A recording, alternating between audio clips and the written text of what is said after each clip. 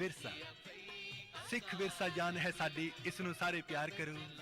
ਗੁਰੂਆਂ ਅਤੇ ਸ਼ਹੀਦਾਂ ਦਾ ਤੁਸੀਂ ਸਾਰੇ ਹੀ ਸਤਿਕਾਰ ਕਰੋ।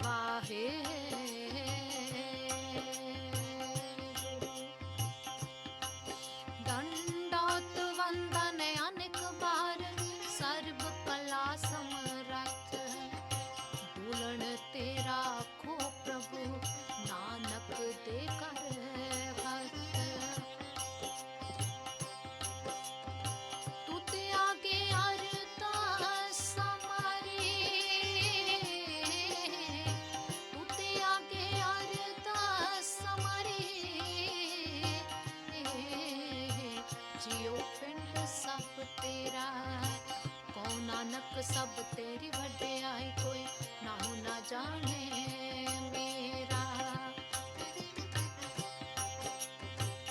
आदि गुरु है ना मैं, जुगाद गुरु है ना मैं, वो सतगुरु है ना मैं, श्री गुरुदेव ना मैं।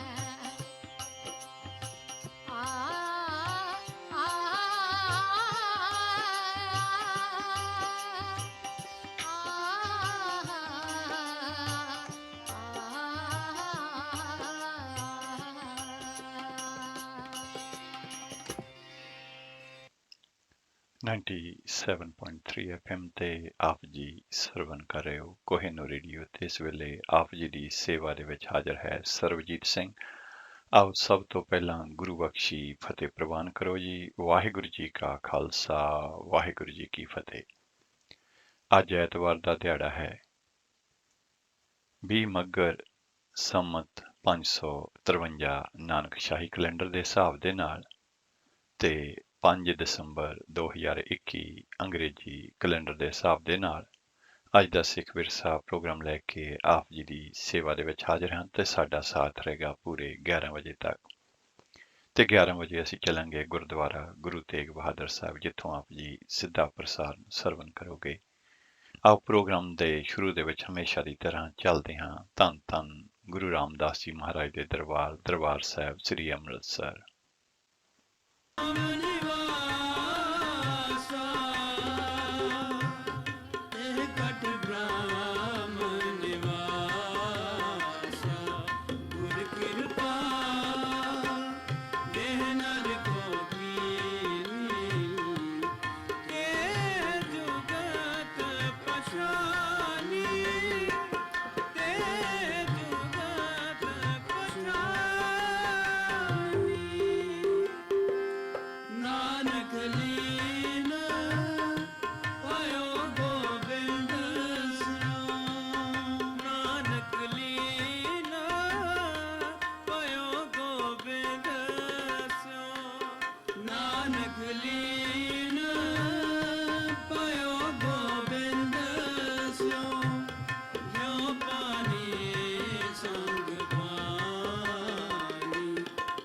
ਕਿਰਪਾ ਵੇ ਨਰ ਗੋਬਿੰਦ ਤੇ ਜੁਗਤ ਪਛਾਨੀ ਤੇ ਜੁਗਤ ਪਛਾਨੀ।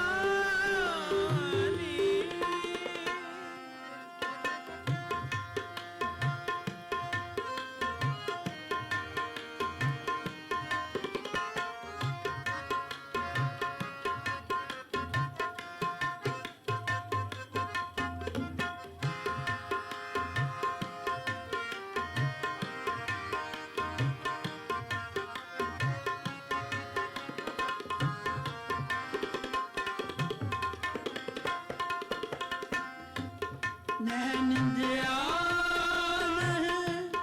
ਉਹ ਸਤ ਜਾਗੈ ਲੋਭ ਮੋਹ ਅਭਿਮਾਨਾ ਹਰ ਇੱਕ ਸੋਗ ਤੇ ਰਹਿਣ ਆਇਓ ਨਾਹੇ ਮਾਨ ਅਪਮਾਨਾ ਆਸਾ ਮਨਸਾ ਸਕਲ ਤਿਆਗੈ ਜਗ ਤੇ ਰਹਿ ਨਿਰਾਸਾ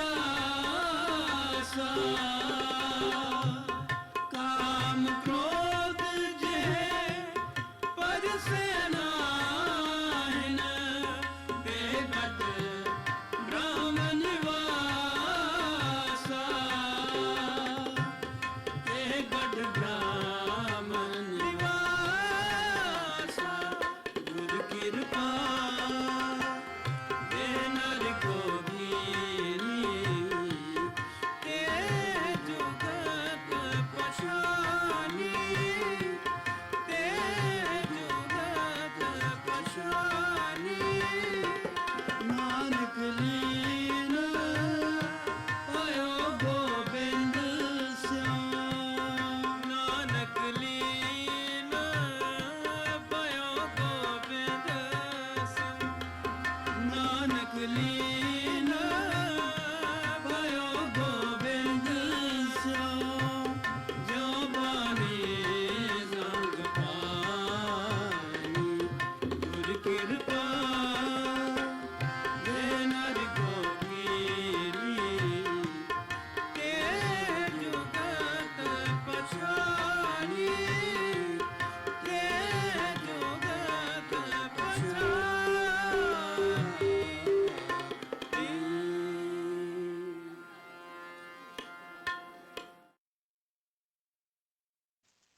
ਹੁਣੇ ਅਸੀਂ ਸੁਣ ਰਹੇ ਸੀ ਸਿੱਧਾ ਪ੍ਰਸਾਰਣ ਦਰਬਾਰ ਸਾਹਿਬ ਸ੍ਰੀ ਅੰਮ੍ਰਿਤਸਰ ਤੋਂ। ਆਓ ਚੱਲਦੇ ਹਾਂ ਧੰਨ ਧੰਨ ਗੁਰੂ ਗ੍ਰੰਥ ਸਾਹਿਬ ਜੀ ਮਹਾਰਾਜ ਵੱਲੋਂ ਬਖਸ਼ਿਸ਼ ਕੀਤੇ ਗਏ ਅੱਜ ਦੇ ਹੁਕਮਨਾਮੇ ਦੀ ਰਿਕਾਰਡਿੰਗ ਸਰਵਨ ਕਰਦੇ ਹਾਂ। ਇਹ ਹੁਕਮਨਾਮਾ ਸੱਚੇ ਪਾਤਸ਼ਾਹ ਨੇ ਸਾਨੂੰ ਦਰਬਾਰ ਸਾਹਿਬ ਸ੍ਰੀ ਅੰਮ੍ਰਿਤਸਰ ਵਿਖੇ ਅੱਜ ਸੁਬਾਹ ਬਖਸ਼ਿਸ਼ ਕੀਤਾ ਹੈ।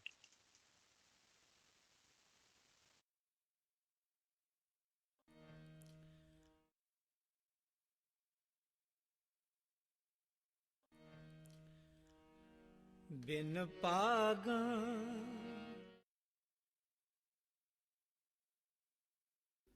ਸਤਨਾਮ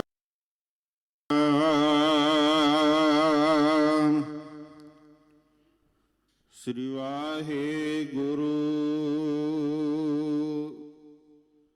ਸਾਹਿਬ ਜੀ।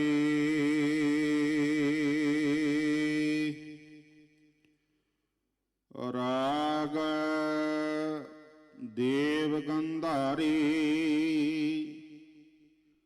ਮਹੱਲਾ ਪੰਜਵਾ।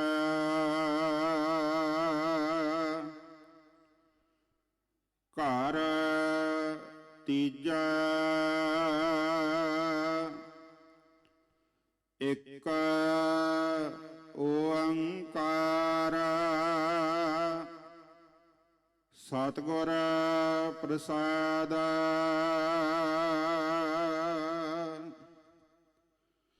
ਮੀਤਾ ਐਸੇ ਹਰ ਜੀਉ ਪਾਏ,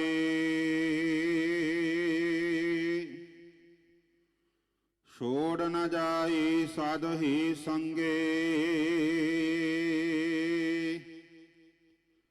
ਆਨ ਦਿਨ ਗੁਰ ਮਿਲ ਗਾਏ ਮੀਤਾ ਐਸੇ ਹਰ ਜੀਉ ਪਾਏ ਛੋੜ ਨ ਜਾਈ ਸਦ ਹੀ ਸੰਗੇ ਆਨ ਦਿਨ ਗੁਰ ਮਿਲ ਗਾਏ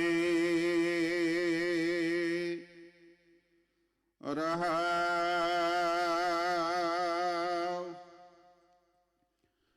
ਮਿਲਿਓ ਮਨੋਹਰ ਸਰਬ ਸੁਖੈਨਾ ਤਿਆਗ ਨਾ ਕਤਹੁ ਜਾਏ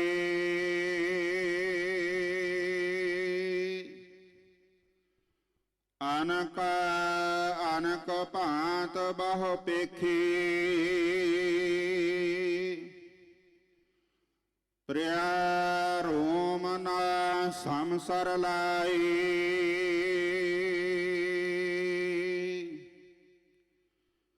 ਮੰਦਰ ਭਾਗ ਸੋਭ ਦੁਆਰਾ ਅਨਹਤ ਰੌਣ ਝੁਣ ਲਾਏ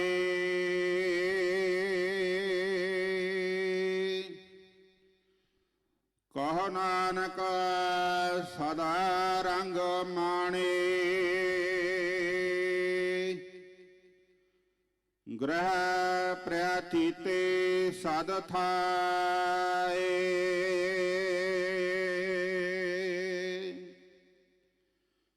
ਮੰਦਰ ਭਾਗ ਸੋਭ ਦੁਆਰਾ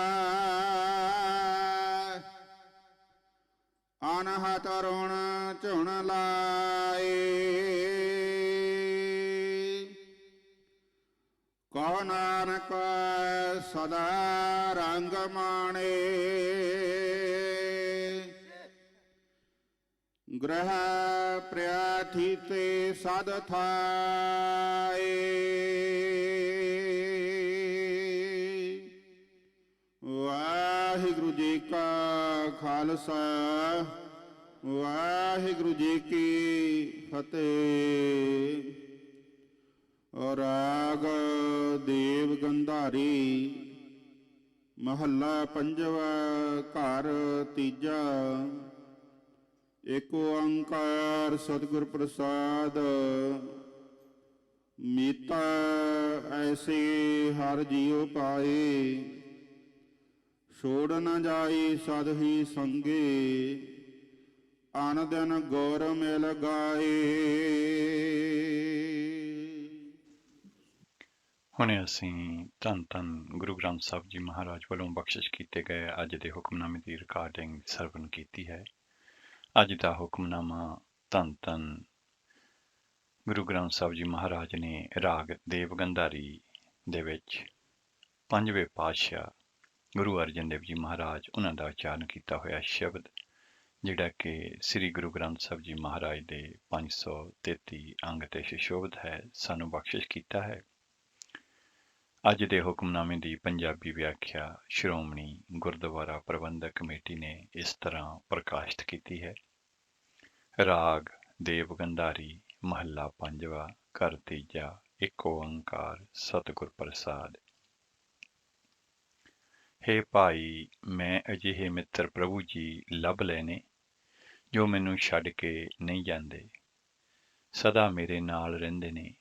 ਗੁਰੂ ਨੂੰ ਮਿਲ ਕੇ ਮੈਂ ਹਰ ਵੇਲੇ ਉਹਨਾਂ ਦੇ ਗੁਣ ਗਾਉਂਦਾ ਰਹਿੰਦਾ ਹਾਂ। ਰਹਾਉ। ਹੇ ਭਾਈ, ਮੇਰੇ ਮਨ ਨੂੰ ਮੋਹ ਲੈਣ ਵਾਲਾ, ਮੈਨੂੰ ਸਾਰੇ ਸੁੱਖ ਦੇਣ ਵਾਲਾ ਪ੍ਰਭੂ ਮਿਲ ਪਿਆ ਹੈ। ਮੈਨੂੰ ਛੱਡ ਕੇ ਉਹ ਹੋਰ ਕਿਤੇ ਵੀ ਨਹੀਂ ਜਾਂਦਾ। ਸੁੱਖਾਂ ਦੇ ਇਕਰਾਰ ਕਰਨ ਵਾਲੇ ਹੋਰ ਬਥੇਰੇ ਅਨੇਕਾਂ ਕਿਸਮਾਂ ਦੇ ਵਿਅਕਤੀ ਵੇਖ ਲਏ ਨੇ, ਪਰ ਕੋਈ ਵੀ ਪਿਆਰੇ ਪ੍ਰਭੂ ਦੇ ਇਕਬਾਲ ਦੀ ਵੀ ਬਰਾਬਰੀ ਨਹੀਂ ਕਰ ਸਕਦਾ।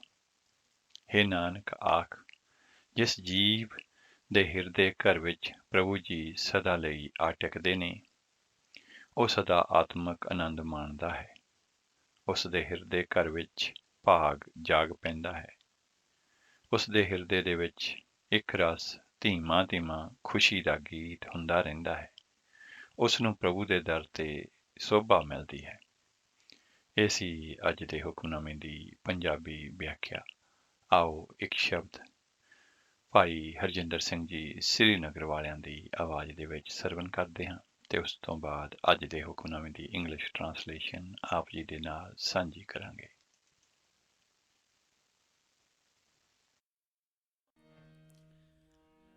ਬਿਨ ਭਾਗਾਂ ਸਤ ਸੰਗ ਨਾ ਲੱਭੈ, ਬਿਨ ਭਾਗਾਂ ਸਤ ਸੰਗ ਨਾ ਲੱਭੈ,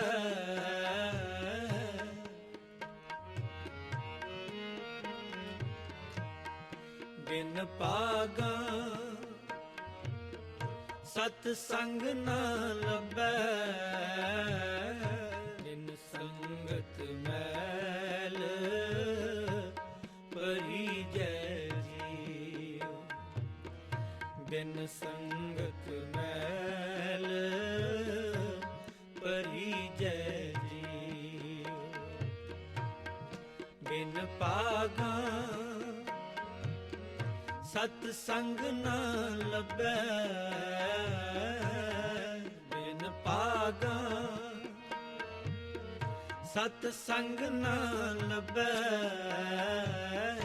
ਬਿਨ ਸੰਗਤ ਮੈਲ ਪਰੀ ਜੈ ਜੀਉ, ਬਿਨ ਸੰਗਤ ਮੈਲ ਪਰੀ ਜੈ ਜੀਉ,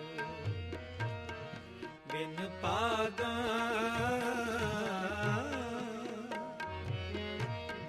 ਵੱਡ ਭਾਗੀ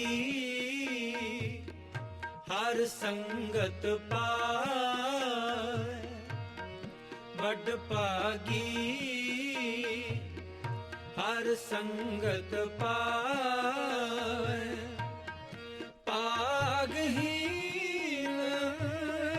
ਪ੍ਰਮ ਚੋਟਾ ਖਾਵੇ, ਭਾਗਹੀਨ ਪ੍ਰਮ ਚੋਟਾ ਖਾਵੇ, ਬਿਨ ਭਾਗਾਂ ਸਤ ਸੰਗ ਨਾ ਲੱਭੈ, ਬਿਨ ਭਾਗਾਂ ਸਤ ਸੰਗ ਨਾ ਲੱਭੈ, ਬਿਨ ਸੰਗਤ ਮੈਲ ਪਰੀ ਜੈ ਜੀਉ, ਬਿਨ ਸੰਗਤ ਮੈਲ ਪਰੀ ਜੈ ਜੀਉ, ਬਿਨ ਭਾਗਾਂ ਸਤ ਸੰਗ ਨਾ ਲੱਭੈ, ਬਿਨ ਭਾਗਾਂ ਸਤ ਸੰਗ ਨਾ ਲੱਭੈ, ਬਿਨ ਸੰਗਤ ਮੈਲ ਪਰੀ ਜੈ ਜੀਉ, ਬਿਨ ਸੰਗਤ ਮੈਲ ਪਰੀ ਜੈ ਜੀਉ, ਬਿਨ ਭਾਗਾਂ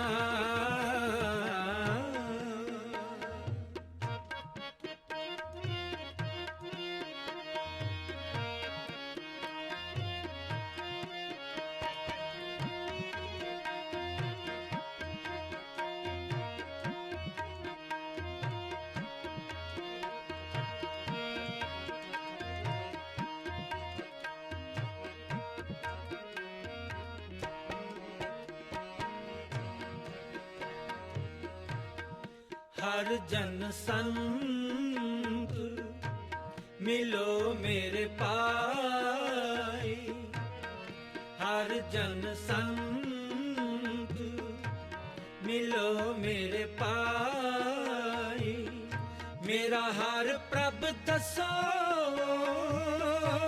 ਮੈਂ ਭੁੱਖ ਲਗਾਈ, ਮੇਰਾ ਹਰ ਪ੍ਰਭ ਦੱਸੋ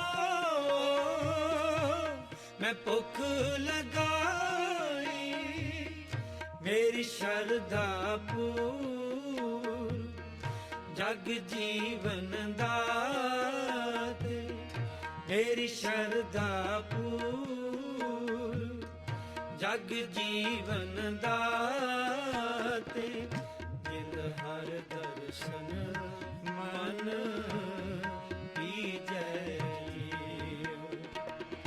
ਮਿਲ ਹਰ ਦਰਸ਼ਨ ਮਨ ਪੀਜੈ ਬਿਨ ਪਾਗਾ ਸਤ ਸੰਗ ਨ ਲਭੈ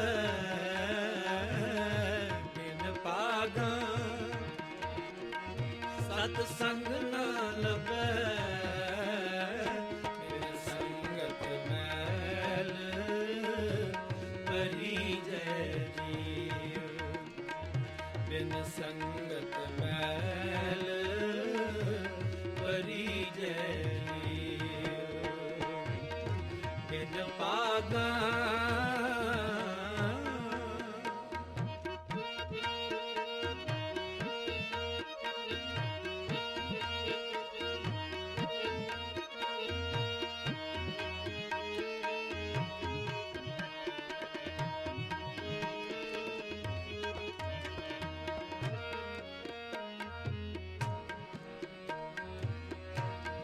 ਮਿਲ ਸਤ ਸੰਗ ਬੋਲੀ ਹਰ ਬਾਣੀ ਮਿਲ ਸਤ ਸੰਗ ਬੋਲੀ ਹਰ ਬਾਣੀ ਹਰ ਹਰ ਕਥਾ ਮੇਰਾ ਮਨ ਪਾਣੀ ਹਰ ਹਰ ਕਥਾ ਮੇਰਾ ਮਨ ਪਾਣੀ ਹਰ ਹਰ ਅੰਮ੍ਰਿਤ ਹਰ ਮਨ ਪਾਵੇ ਹਰ ਹਰ ਅੰਮ੍ਰਿਤ ਹਰ ਮਨ ਪਾਵੇ ਮਿਲ ਸਤਿਗੁਰ ਅੰਮ੍ਰਿਤ ਪੀਜੈ ਜੀਉ ਮਿਲ ਸਤਿਗੁਰ ਅੰਮ੍ਰਿਤ ਪੀਜੈ ਜੀਉ ਬਿਨ ਪਾਗਾ ਸਤ ਸੰਗ ਨ ਲਭੈ ਬਿਨ ਪਾਗਾ ਸਤ ਸੰਗ ਨ ਲਭੈ ਬਿਨ ਸੰਗਤ ਮੈਲ ਭਰੀ ਜੈ ਜੀਉ ਬਿਨ ਸੰਗਤ ਮੈਲ ਭਰੀ ਜੈ ਜੀਉ ਬਿਨ ਪਾਗਾ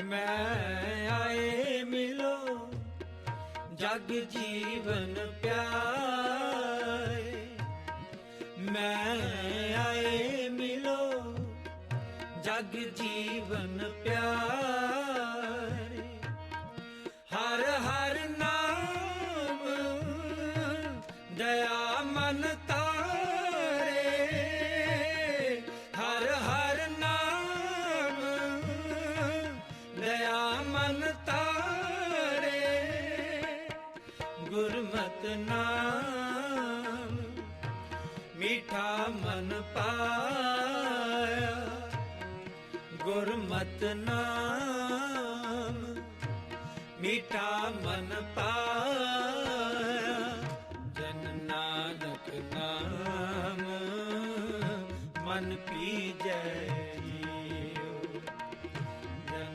ਨਾਨਕ ਨਾਮ ਮਨ ਪੀਜੈ ਜੀਉ ਬਿਨ ਪਾਗਾ ਸਤ ਸੰਗ ਨ ਲਭੈ ਬਿਨ ਪਾਗਾ ਸਤ ਸੰਗ ਨਾ ਲੱਭੈ ਬਿਨ ਸੰਗਤ ਮੈਲ ਭਰੀ ਜੈ ਜੀਉ ਬਿਨ ਸੰਗਤ ਮੈਲ ਭਰੀ ਜੈ ਜੀਉ ਬਿਨ ਪਾਗਾ ਵੱਡ ਭਾਗੀ ਹਰ ਸੰਗਤ ਪਾਵੈ ਵੱਡ ਭਾਗੀ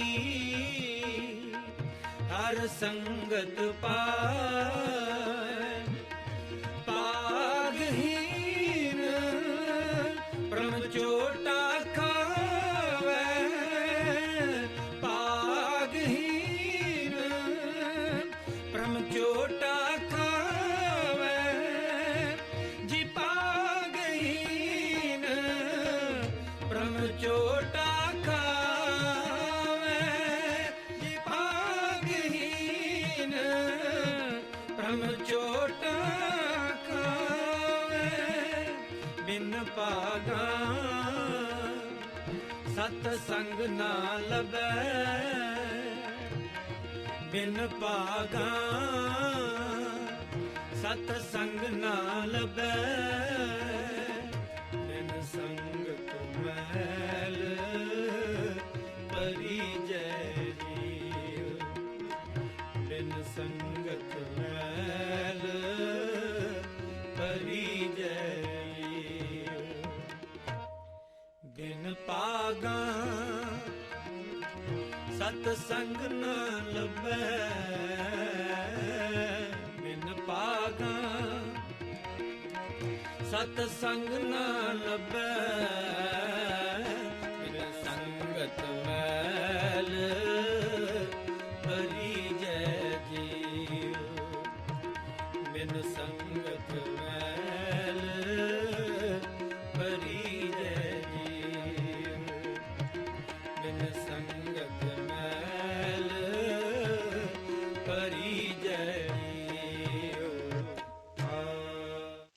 ਹਾਂਜੀ, ਇਹ ਸਨ ਭਾਈ ਹਰਜਿੰਦਰ ਸਿੰਘ ਜੀ ਸ੍ਰੀਨਗਰ ਵਾਲੇ, ਜਿਨ੍ਹਾਂ ਦੀ ਆਵਾਜ਼ ਦੇ ਵਿੱਚ ਅਸੀਂ ਇਹ ਸ਼ਬਦ ਸਰਵਣ ਕੀਤਾ ਹੈ। ਤੇ ਆਓ ਚੱਲਦੇ ਹਾਂ ਹੁਣ ਅੱਜ ਦੇ ਹੁਕਮਨਾਮੇ ਦੀ ਇੰਗਲਿਸ਼ ਟਰਾਂਸਲੇਸ਼ਨ ਵੱਲ, ਜਿਹੜੀ ਕਿ ਧੰਨਵਾਦ ਸਹਿਤ ਅਸੀਂ ਪ੍ਰਾਪਤ ਕੀਤੀ ਹੈ ਸ਼੍ਰੋਮਣੀ ਗੁਰਦੁਆਰਾ ਪ੍ਰਬੰਧਕ ਕਮੇਟੀ ਦੇ ਵੈਬਸਾਈਟ ਤੋਂ। ਰਾਗ ਦੇਵ Gandhari 5th Mahal 3rd House, One Universal Creator God, by the grace of the True Guru. O friend, such is the dear Lord whom I have obtained. He does not leave me, and he always keeps me company. Meeting the Guru night and day, I sing his praises. Pause. I met the fascinating Lord who has blessed me with all comforts. He does not leave me to go anywhere else. I have seen the mortals of many and various types, but they are not equal to even a hair of my beloved. His palace is so beautiful, his gate is so wonderful. The celestial melody of the sound current resounds there. Says Nanak, I enjoy eternal bliss. I have obtained a permanent place in the home of my beloved. ਇਹ ਸੀ ਅੱਜ ਦੇ ਹੁਕਮਨਾਮੇ ਦੀ English translation. ਅੱਜ ਦਾ ਹੁਕਮਨਾਮਾ ਪੰਜਵੇਂ ਪਾਤਸ਼ਾਹ ਗੁਰੂ ਅਰਜਨ ਦੇਵ ਜੀ ਮਹਾਰਾਜ ਦਾ ਰਾਗ ਦੇਵ ਗੰਧਾਰੀ ਦੇ ਵਿੱਚ ਉਚਾਰਨ ਕੀਤਾ ਹੋਇਆ ਸ਼ਬਦ, ਜਿਹੜਾ ਕਿ ਸ੍ਰੀ ਗੁਰੂ ਗ੍ਰੰਥ ਸਾਹਿਬ ਜੀ ਮਹਾਰਾਜ ਦੇ 533 ਅੰਗ ਤੇ ਸੁਸ਼ੋਭਿਤ ਹੈ। ਆਓ ਅਗਲਾ ਸ਼ਬਦ ਸਰਵਣ ਕਰਦੇ ਹਾਂ।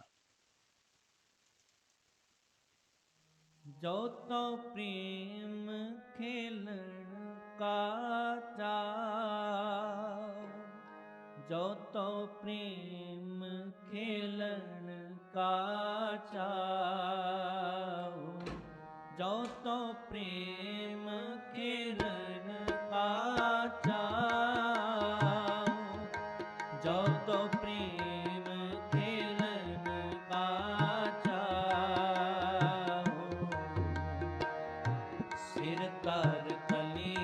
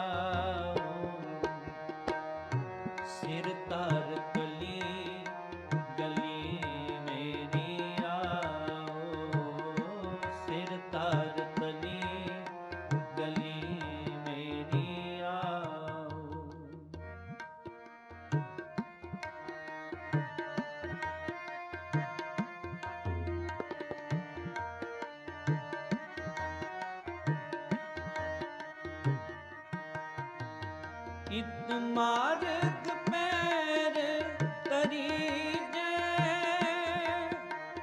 सिर दीजे कान न कीजे।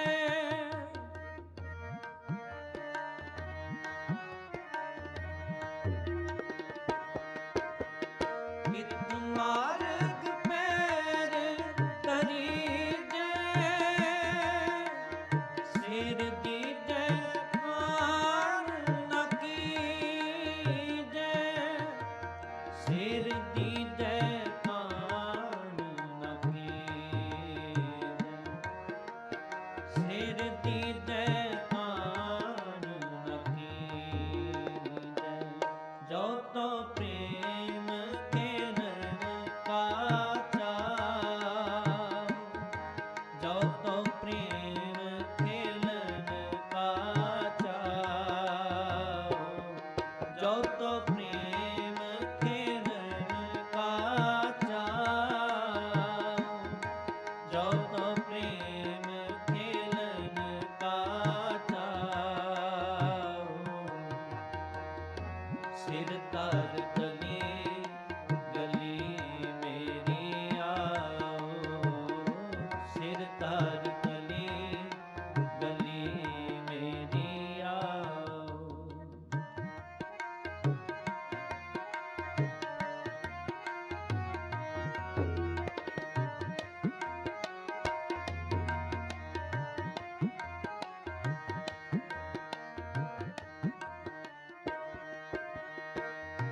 गगन गमामा बाजियो,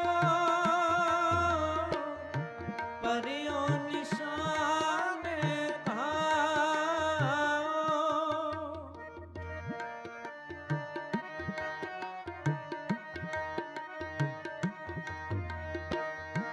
गगन गमामा बाजियो, परियो निशान थाओ।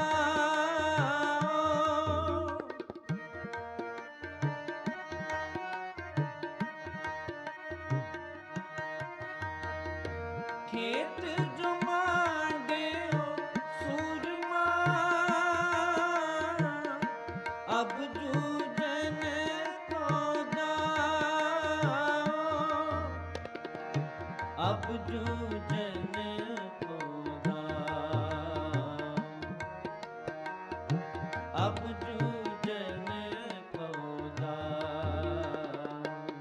जो तो प्रेम खेलन का चाव, जो तो प्रेम खेलन का चाव, जो तो प्रेम खेलन का चाव, जो तो प्रेम खेलन का चाव।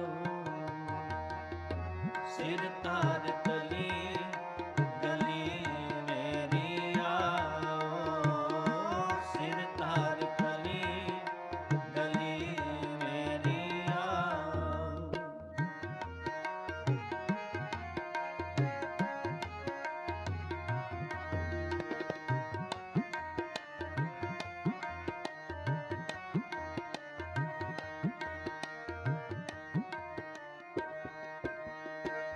सूरा सो पहचानिए, जो लड़े दीन के हेत।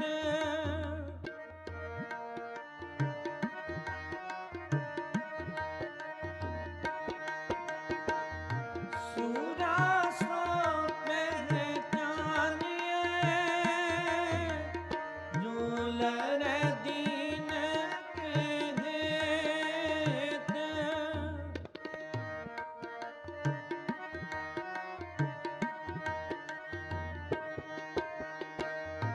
पुरजा पुरजा कट मरे, कबहू न साडे खेत। कबहू न साडे खेत। कबहू न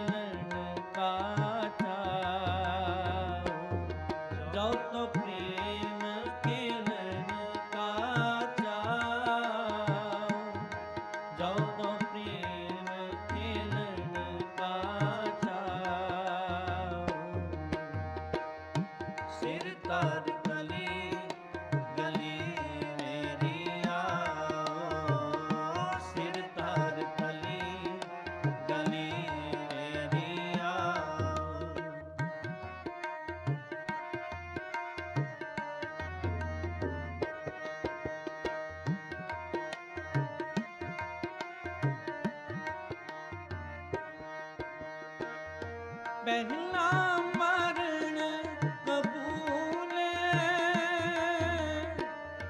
ਜੀਵਨ ਕੀ ਛੱਡ ਆਸ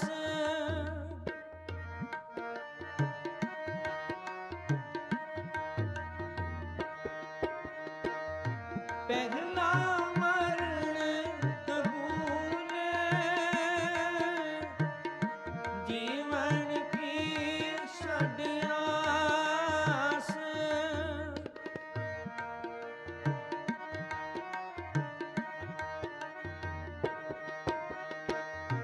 ਹੋ ਸਭਨਾ ਕੀ ਰੇਣਕਾ ਤੋ ਆਓ ਹਮਾਰੇ ਪਾਸ ਤੋ ਆਓ ਹਮਾਰੇ ਪਾਸ ਤੋ ਆਓ ਹਮਾਰੇ ਪਾਸ ਜੋ ਤੋ ਪ੍ਰੇਮ खेलन का चाव जो तो प्रेम खेलन का चाव जो तो प्रेम खेलन का चाव जो तो प्रेम खेलन का चाव सिर तार तले गली मेरी आओ सिर तार तले गली मेरी आओ सिर तार तले गली मेरी आओ सिर तार तले गली मेरी आओ वाहिगुरू 97.3 FM ਤੇ ਆਪ ਜੀ ਸਰਵਨ ਕਰ ਰਹੇ ਹੋ ਕੋਹਿਨੂਰ ਰੇਡੀਓ ਤੇ ਇਸ ਵੇਲੇ ਸੁਣ ਰਹੇ ਹੋ ਪ੍ਰੋਗਰਾਮ ਸਿੱਖ ਵਿਰਸਾ ਸਰਬਜੀਤ ਸਿੰਘ ਦੇ ਨਾਲ। ਅਗਰ ਆਪ ਜੀ ਨੇ ਪ੍ਰੋਗਰਾਮ ਹੁਣੇ ਸੁਣਨਾ ਸ਼ੁਰੂ ਕੀਤਾ ਹੈ ਤੇ ਦਿਲ ਦੀਆਂ ਗਹਿਰਾਈਆਂ ਤੋਂ ਆਪ ਜੀ ਦਾ ਸਵਾਗਤ ਤੇ ਸਤਿ ਸ੍ਰੀ ਅਕਾਲ। ਪਿਛਲੇ ਦੋ ਪ੍ਰੋਗਰਾਮਾਂ ਦੇ ਵਿੱਚ ਅਸੀਂ ਗੁਰੂ ਨਾਨਕ ਸਾਹਿਬ ਜੀ ਮਹਾਰਾਜ ਦਾ ਅਰਬ ਦੇਸ਼ਾਂ ਦਾ ਸਫ਼ਰਨਾਮਾ ਡਾਕਟਰ ਜਸਵੀਰ ਸਿੰਘ ਸਰਨਾ ਉਹਨਾਂ ਦਾ ਲਿਖਿਆ ਹੋਇਆ, ਜਿਹੜਾ ਕਿ ਉਹਨਾਂ ਨੇ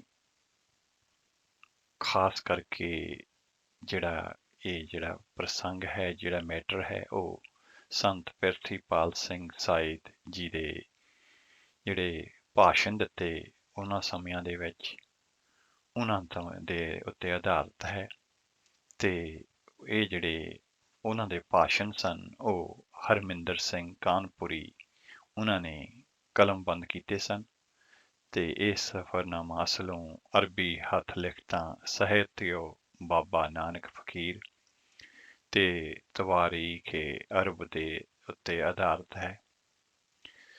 ਤੇ ਪਿਛਲੇ ਪ੍ਰੋਗਰਾਮ ਦੇ ਵਿੱਚ ਅਸੀਂ ਜਿਹੜੀ ਸਾਖੀ ਆਪ ਜੀ ਦੇ ਨਾਲ ਸਾਂਝੀ ਕੀਤੀ ਸੀ ਤੇ ਉਹ ਸੀ ਕਾਰੂ ਬਾਦਸ਼ਾਹ ਦਾ ਖਜ਼ਾਨਾ, ਕਿ ਕਿਵੇਂ ਗੁਰੂ ਸਾਹਿਬ ਨੇ ਬਾਦਸ਼ਾਹ ਕਾਰੂ ਹਮੀਦ ਨੂੰ ਇੱਕ ਸੂਈ ਦਿੱਤੀ ਤੇ ਕਿਹਾ ਅਸੀਂ ਇਹ ਅਗਲੀ ਦੁਨੀਆ ਦੇ ਵਿੱਚ ਲਵਾਂਗੇ। ਤੇ ਜਿਹੜਾ ਬਾਦਸ਼ਾਹ ਹੈ ਉਹ ਕਹਿੰਦਾ ਕਿ ਅਗਲੀ ਦੁਨੀਆ ਦੇ ਵਿੱਚ ਤਾਂ ਕੁਝ ਨਹੀਂ ਜਾਂਦਾ। ਤੇ ਸਤਿਗੁਰੂ ਜੀ ਨੇ ਉਸ ਨੂੰ ਸਮਝਾਇਆ ਕਿ ਕਿਵੇਂ ਜੇਕਰ ਸੂਈ ਨਹੀਂ ਜਾ ਸਕਦੀ, ਜਿਹੜੇ 40 ਗੰਜ ਤੂੰ ਦੌਲਤ ਦੇ ਇਕੱਠੇ ਕਰ ਰੱਖੇ ਨੇ ਲੋਕਾਂ ਨੂੰ ਦੇ ਉੱਤੇ ਟੈਕਸ ਲਾ ਕੇ ਉਹਨਾਂ ਤੋਂ ਖੋਹ ਕੇ, ਉਹ ਕਿਸ ਕੰਮ ਆਉਣਗੇ। ਇਸ ਤੋਂ ਉਸ ਨੂੰ ਗਿਆਨ ਹੋਇਆ ਕਿ ਇਸ ਦੁਨੀਆ ਤੋਂ ਕੁਝ ਵੀ ਨਹੀਂ ਲੈ ਜਾਇਆ ਜਾ ਸਕਦਾ ਤੇ ਉਸਨੇ ਜਿਹੜਾ ਖਜ਼ਾਨਾ ਸੀ ਉਹ ਗਰੀਬਾਂ ਦੇ ਵਿੱਚ ਵੰਡਿਆ। ਅੱਜ ਦੀ ਜਿਹੜੀ ਹੈ ਅਗਲੀ ਸਾਖੀ ਹੈ ਉਹ ਪੀਰ ਬਗਦਾਦ ਦੇ ਨਾਲ ਮੁਲਾਕਾਤ ਤੇ ਉਸ ਨੂੰ ਨਿਜਾਤ ਆਪ ਜੀ ਦੇ ਨਾਲ ਸਾਂਝੀ ਕਰਦੇ ਹਾਂ। ਪਰ ਆਓ ਉਸ ਤੋਂ ਪਹਿਲਾਂ ਇੱਕ ਧਾਰਮਿਕ ਗੀਤ ਸਰਵਣ ਕਰਦੇ ਹਾਂ।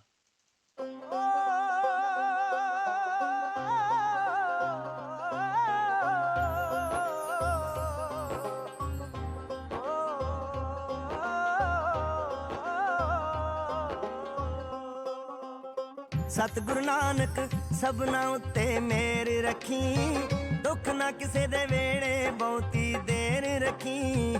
ਸਤਿਗੁਰੂ ਨਾਨਕ ਸਭਨਾਂ ਉੱਤੇ ਮਿਹਰ ਰੱਖੀ, ਦੁੱਖ ਨਾ ਕਿਸੇ ਦੇ ਵੇੜੇ ਬਹੁਤੀ ਦੇਰ ਰੱਖੀ। ਹਰ ਵੇੜੇ ਖੁਸ਼ੀਆਂ ਦਾ ਦੀਵਾ ਬਲਦਾ ਰਹੇ, ਹਰ ਵੇੜੇ ਖੁਸ਼ੀਆਂ ਦਾ ਦੀਵਾ ਬਲਦਾ ਰਹੇ। ਕਿਸੇ ਦੇ ਵੇੜੇ ਕਦੇ ਨਾ ਰੱਬਾ ਹਨੇਰ ਰੱਖੀ। ਸਤਿਗੁਰੂ ਨਾਨਕ ਸਭਨਾਂ ਉੱਤੇ ਮਿਹਰ ਰੱਖੀ, ਦੁੱਖ ਨਾ ਕਿਸੇ ਦੇ ਵੇੜੇ ਬਹੁਤੀ ਦੇਰ ਰੱਖੀ।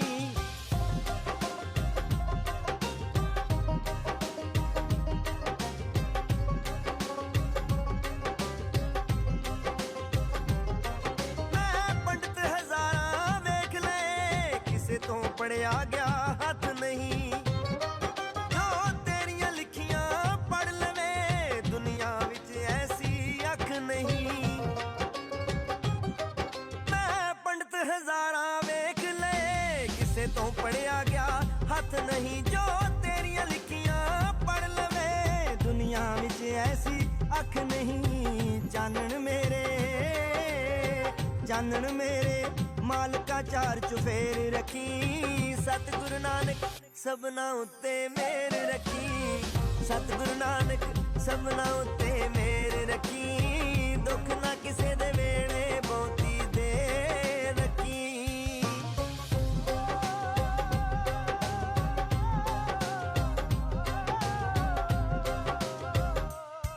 ਹਰ ਧਰਮ ਦਾ ਹਰ ਇੱਕ ਦੇ ਮਨ ਵਿੱਚ ਸਤਿਕਾਰ ਹੋਵੇ, ਦੁਨੀਆ ਤੋਂ ਨਫ਼ਰਤਾਂ ਮੁੱਕ ਜਾਵਣ, ਹਰ ਪਾਸੇ ਪਿਆਰ ਹੀ ਪਿਆਰ ਹੋਵੇ।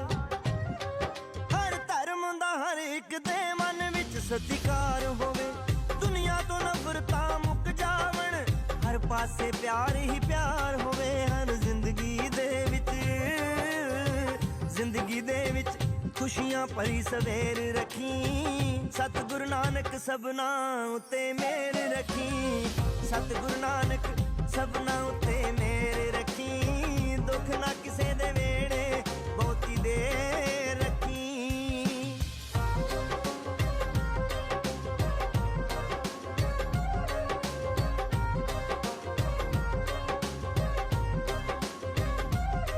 ਇਸ ਤਨ ਗੰਦੇ ਮਨ ਮੈਲੇ ਨੂੰ ਦੱਸ ਰਾਹ ਦਾਤਾ, ਕਰ ਕਮਲੇ ਆਪਣੇ ਪ੍ਰੀਤ ਦੇ ਮਾਫ ਗੁਨਾਹ ਦਾਤਾ। ਇਸ ਤਨ ਗੰਦੇ ਮਨ ਮੈਲੇ ਨੂੰ ਦੱਸ ਰਾਹ ਦਾਤਾ, ਕਰ ਕਮਲੇ ਆਪਣੇ ਪ੍ਰੀਤ ਦੇ ਮਾਫ ਗੁਨਾਹ ਦਾਤਾ। ਮੱਥਾ ਮੇਰਾ ਚਰਨਾਂ ਨਾਲ ਚਮੇੜ ਰੱਖੀ। ਸਤਿਗੁਰੂ ਨਾਨਕ ਸਭਨਾਂ ਉੱਤੇ ਮਿਹਰ ਰੱਖੀ। ਸਤਿਗੁਰੂ ਨਾਨਕ ਸਭਨਾਂ ਉੱਤੇ ਮਿਹਰ ਰੱਖੀ, ਦੁੱਖ ਨਾ ਕਿਸੇ ਦੇ ਵੇੜੇ ਬਹੁਤੀ ਦੇਰ ਰੱਖੀ। ਹਰ ਵੇਲੇ ਖੁਸ਼ੀਆਂ ਦਾ ਦੀਵਾ ਬਲਦਾ ਰਹੇ, ਹਰ ਵੇਲੇ ਖੁਸ਼ੀਆਂ ਦਾ ਦੀਵਾ ਬਲਦਾ ਰਹੇ। ਕਿਸੇ ਦੇ ਵੇੜੇ ਕਦੇ ਨਾ ਰੱਬਾ ਹਨੇਰ ਰੱਖੀ। ਸਤਿਗੁਰੂ ਨਾਨਕ ਸਭਨਾਂ ਉੱਤੇ ਮਿਹਰ ਰੱਖੀ, ਦੁੱਖ ਨਾ ਕਿਸੇ ਦੇ ਵੇੜੇ ਬਹੁਤੀ ਦੇਰ ਰੱਖੀ। ਹਾਂਜੀ, ਇਹ ਸਨ ਪ੍ਰੀਤ ਹਰਪਾਲ ਜਿਨ੍ਹਾਂ ਦੀ ਆਵਾਜ਼ ਦੇ ਵਿੱਚ ਅਸੀਂ ਇਹ ਗੀਤ ਸੁਣਿਆ। ਤੇ ਆਓ ਚੱਲਦੇ ਹਾਂ ਅੱਜ ਦੀ ਸਾਖੀ ਵੱਲ, ਜਿਹੜੀ ਕਿ ਪੀਰ ਬਗਦਾਦ ਦੇ ਨਾਲ ਮੁਲਾਕਾਤ ਗੁਰੂ ਨਾਨਕ ਸਾਹਿਬ ਤੇ ਵਾਲਾ ਭਾਈ ਮਰਦਾਨਾ ਜੀ ਦੀ, ਤੇ ਕਿਵੇਂ ਪੀਰ ਨੂੰ ਨਿਜਾਤ ਮਿਲਦੀ ਹੈ। ਗੁਰੂ ਨਾਨਕ ਸਾਹਿਬ ਜੀ ਮਹਾਰਾਜ ਪੀਰ ਬਗਦਾਦ ਦੀ ਨਿਜਾਤ ਦੇ ਲਈ ਉਸ ਦੇ ਸ਼ਹਿਰ ਬਗਦਾਦ ਗਏ। ਉੱਥੇ ਸ਼ਹਿਰ ਦੇ ਮਸ਼ਰਕ ਭਾਵ ਕਿ ਪੂਰਬ ਵੱਲ ਦੇ ਪਾਸੇ ਵੱਡੇ ਕਬਰਸਤਾਨ ਦੇ ਵਿੱਚ ਖਜੂਰਾਂ ਦੇ ਵੱਡੇ ਜੰਗਲ ਦੇ ਵਿੱਚ ਡੇਰਾ ਕੀਤਾ ਅਤੇ ਪਾਤਾਲ ਲੱਖ ਆਗਾਸਾ ਆਗਾਸ ਸ਼ਬਦ ਗਾਇਆ ਤੇ ਹਾਜ਼ਰੀਨ ਭਾਵ ਕਿ ਸੰਗਤਾਂ ਨੂੰ ਸਮਝਾਇਆ ਕਿ ਖੁਦਾ ਨੇ ਸਾਡੇ ਵਰਗੀਆਂ ਲੱਖਾਂ ਹੀ ਦੁਨੀਆਂ ਬਣਾਈਆਂ ਨੇ। ਇਹਨਾਂ ਹਾਜ਼ਰੀਨ ਦੇ ਵਿੱਚ ਪੀਰ ਬਗਦਾਦ ਦਾ ਮੁਰੀਦ ਵੀ ਸੀ। ਉਹ ਦੌੜ ਕੇ ਪੀਰ ਦੇ ਕੋਲ ਗਿਆ ਅਤੇ ਜੋ ਸੁਣਿਆ ਸੀ ਉਸ ਨੂੰ ਦੱਸਿਆ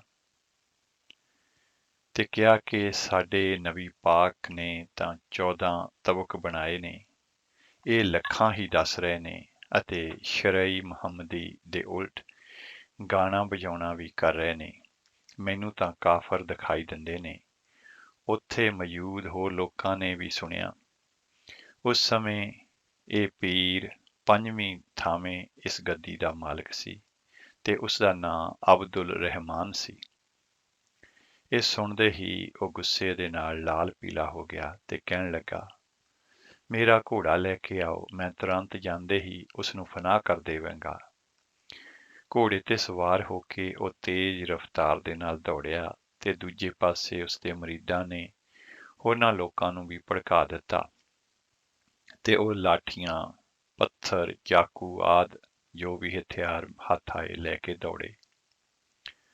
ਬਾਬਾ ਜੀ ਜਿੱਥੇ ਬੈਠੇ ਸਨ, ਉਹਨਾਂ ਤੋਂ 100 ਗਜ ਪਹਿਲਾਂ ਹੀ ਪੀਰ ਜੀ ਦਾ ਘੋੜਾ ਅਚਾਨਕ ਰੁਕ ਗਿਆ। ਬੜੇ ਚਾਬਕ ਮਾਰੇ, ਫਿਰ ਵੀ ਘੋੜਾ ਇੱਕ ਕਦਮ ਵੀ ਅੱਗੇ ਨਾ ਚੱਲ ਸਕਿਆ। ਜਦੋਂ ਸਿਰ ਉੱਪਰ ਚੁੱਕ ਕੇ ਵੇਖਿਆ ਤਾਂ ਗੁਰੂ ਸਾਹਿਬ ਦੇ ਚਿਹਰੇ ਦਾ ਜਲਾਲ ਨਾ ਸਹਾਰ ਸਕਿਆ ਤੇ ਅੱਖਾਂ ਬੰਦ ਹੋ ਗਈਆਂ।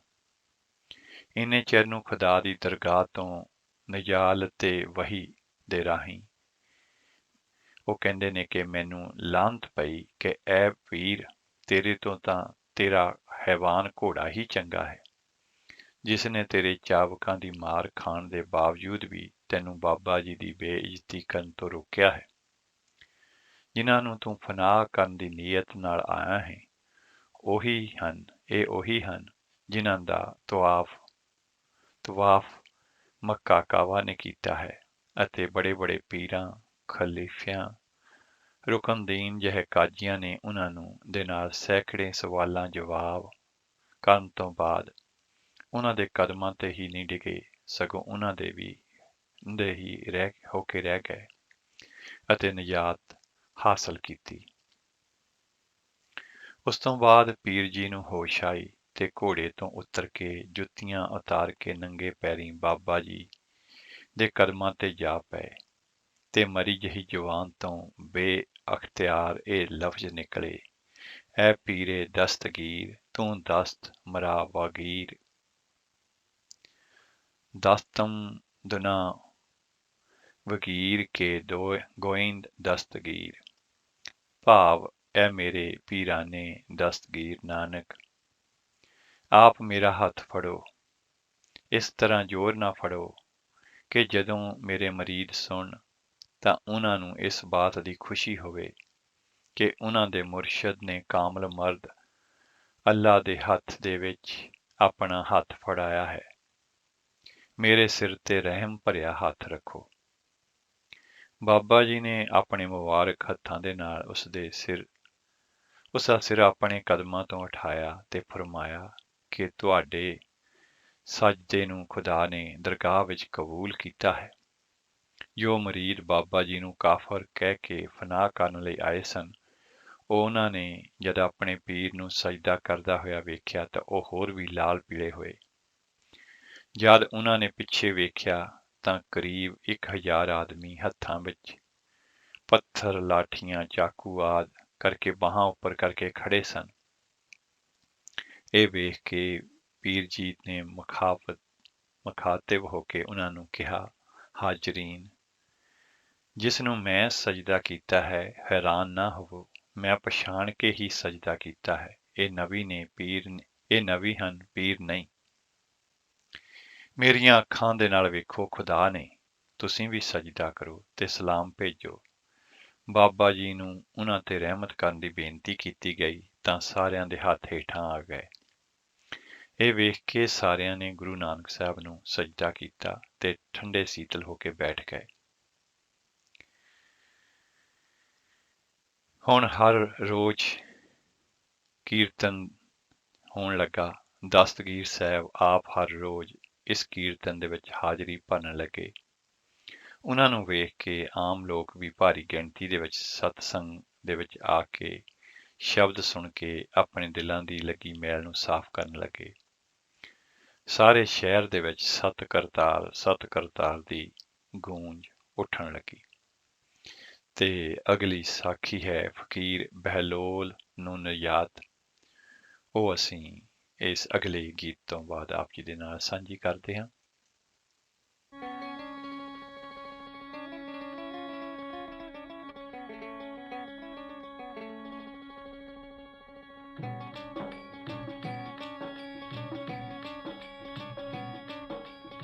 ਕੀ ਕਹਿੰਦੀ ਉਹਦੀ ਰੱਬੀ ਰਬਾਬ, ਕੀ ਕਹਿੰਦੀ ਨਾਨਕ ਦੀ ਰਬਾਬ।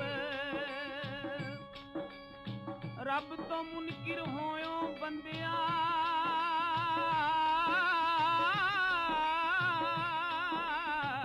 ਦੇਣਾ ਪੈਣਾ ਕੁੱਲ ਹਿਸਾਬ। ਕੀ ਕਹਿੰਦੀ ਉਹਦੀ ਰੱਬੀ ਰਬਾਬ, ਕੀ ਕਹਿੰਦੀ ਨਾਨਕ ਦੀ ਰਬਾਬ। ਹਰੀ ਨਾਮ ਦਾ ਛੱਡ ਕੇ ਸਹਾਰਾ, ਮਨ ਨੂੰ ਕੀਤਾ ਆਪ ਮੁਹਾਰਾ। ਇਸ ਦੁਨੀਆ ਦਾ ਡੂੰਘਾ ਸਾਗਰ,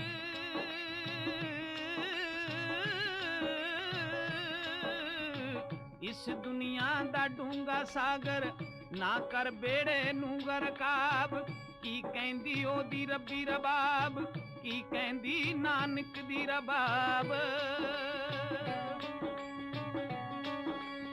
ਬਦਲ ਦਿੱਤਾ ਪਾਪਾਂ ਨੇ ਪਾਸਾ, ਸਤਲੁਜ ਸੜਿਆ ਨਾਲ ਬਿਆਸਾ। ਜੇਲ ਮਰਾਵੀ ਛਮ ਛਮ ਰੋਏ,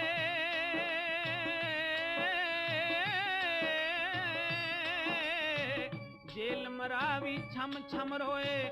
ਲਊਆਂ ਦੇ ਘੁੱਟ ਭਰੇ ਚਨਾਬ। ਕੀ ਕਹਿੰਦੀ ਉਹਦੀ ਰੱਬੀ ਰਬਾਬ, ਕੀ ਕਹਿੰਦੀ ਨਾਨਕ ਦੀ ਰਬਾਬ। ਰਸਤੇ ਛੱਡ ਪੁਰਸਤੇ ਜਾਣੇ, ਹੱਕ ਬੇਗਾਨਾ ਰਜ ਰਜ ਖਾਣੇ। ਕੌਡੇ ਰਾਖਸ਼ ਵਾਂਗੂ ਬੰਦਿਆ,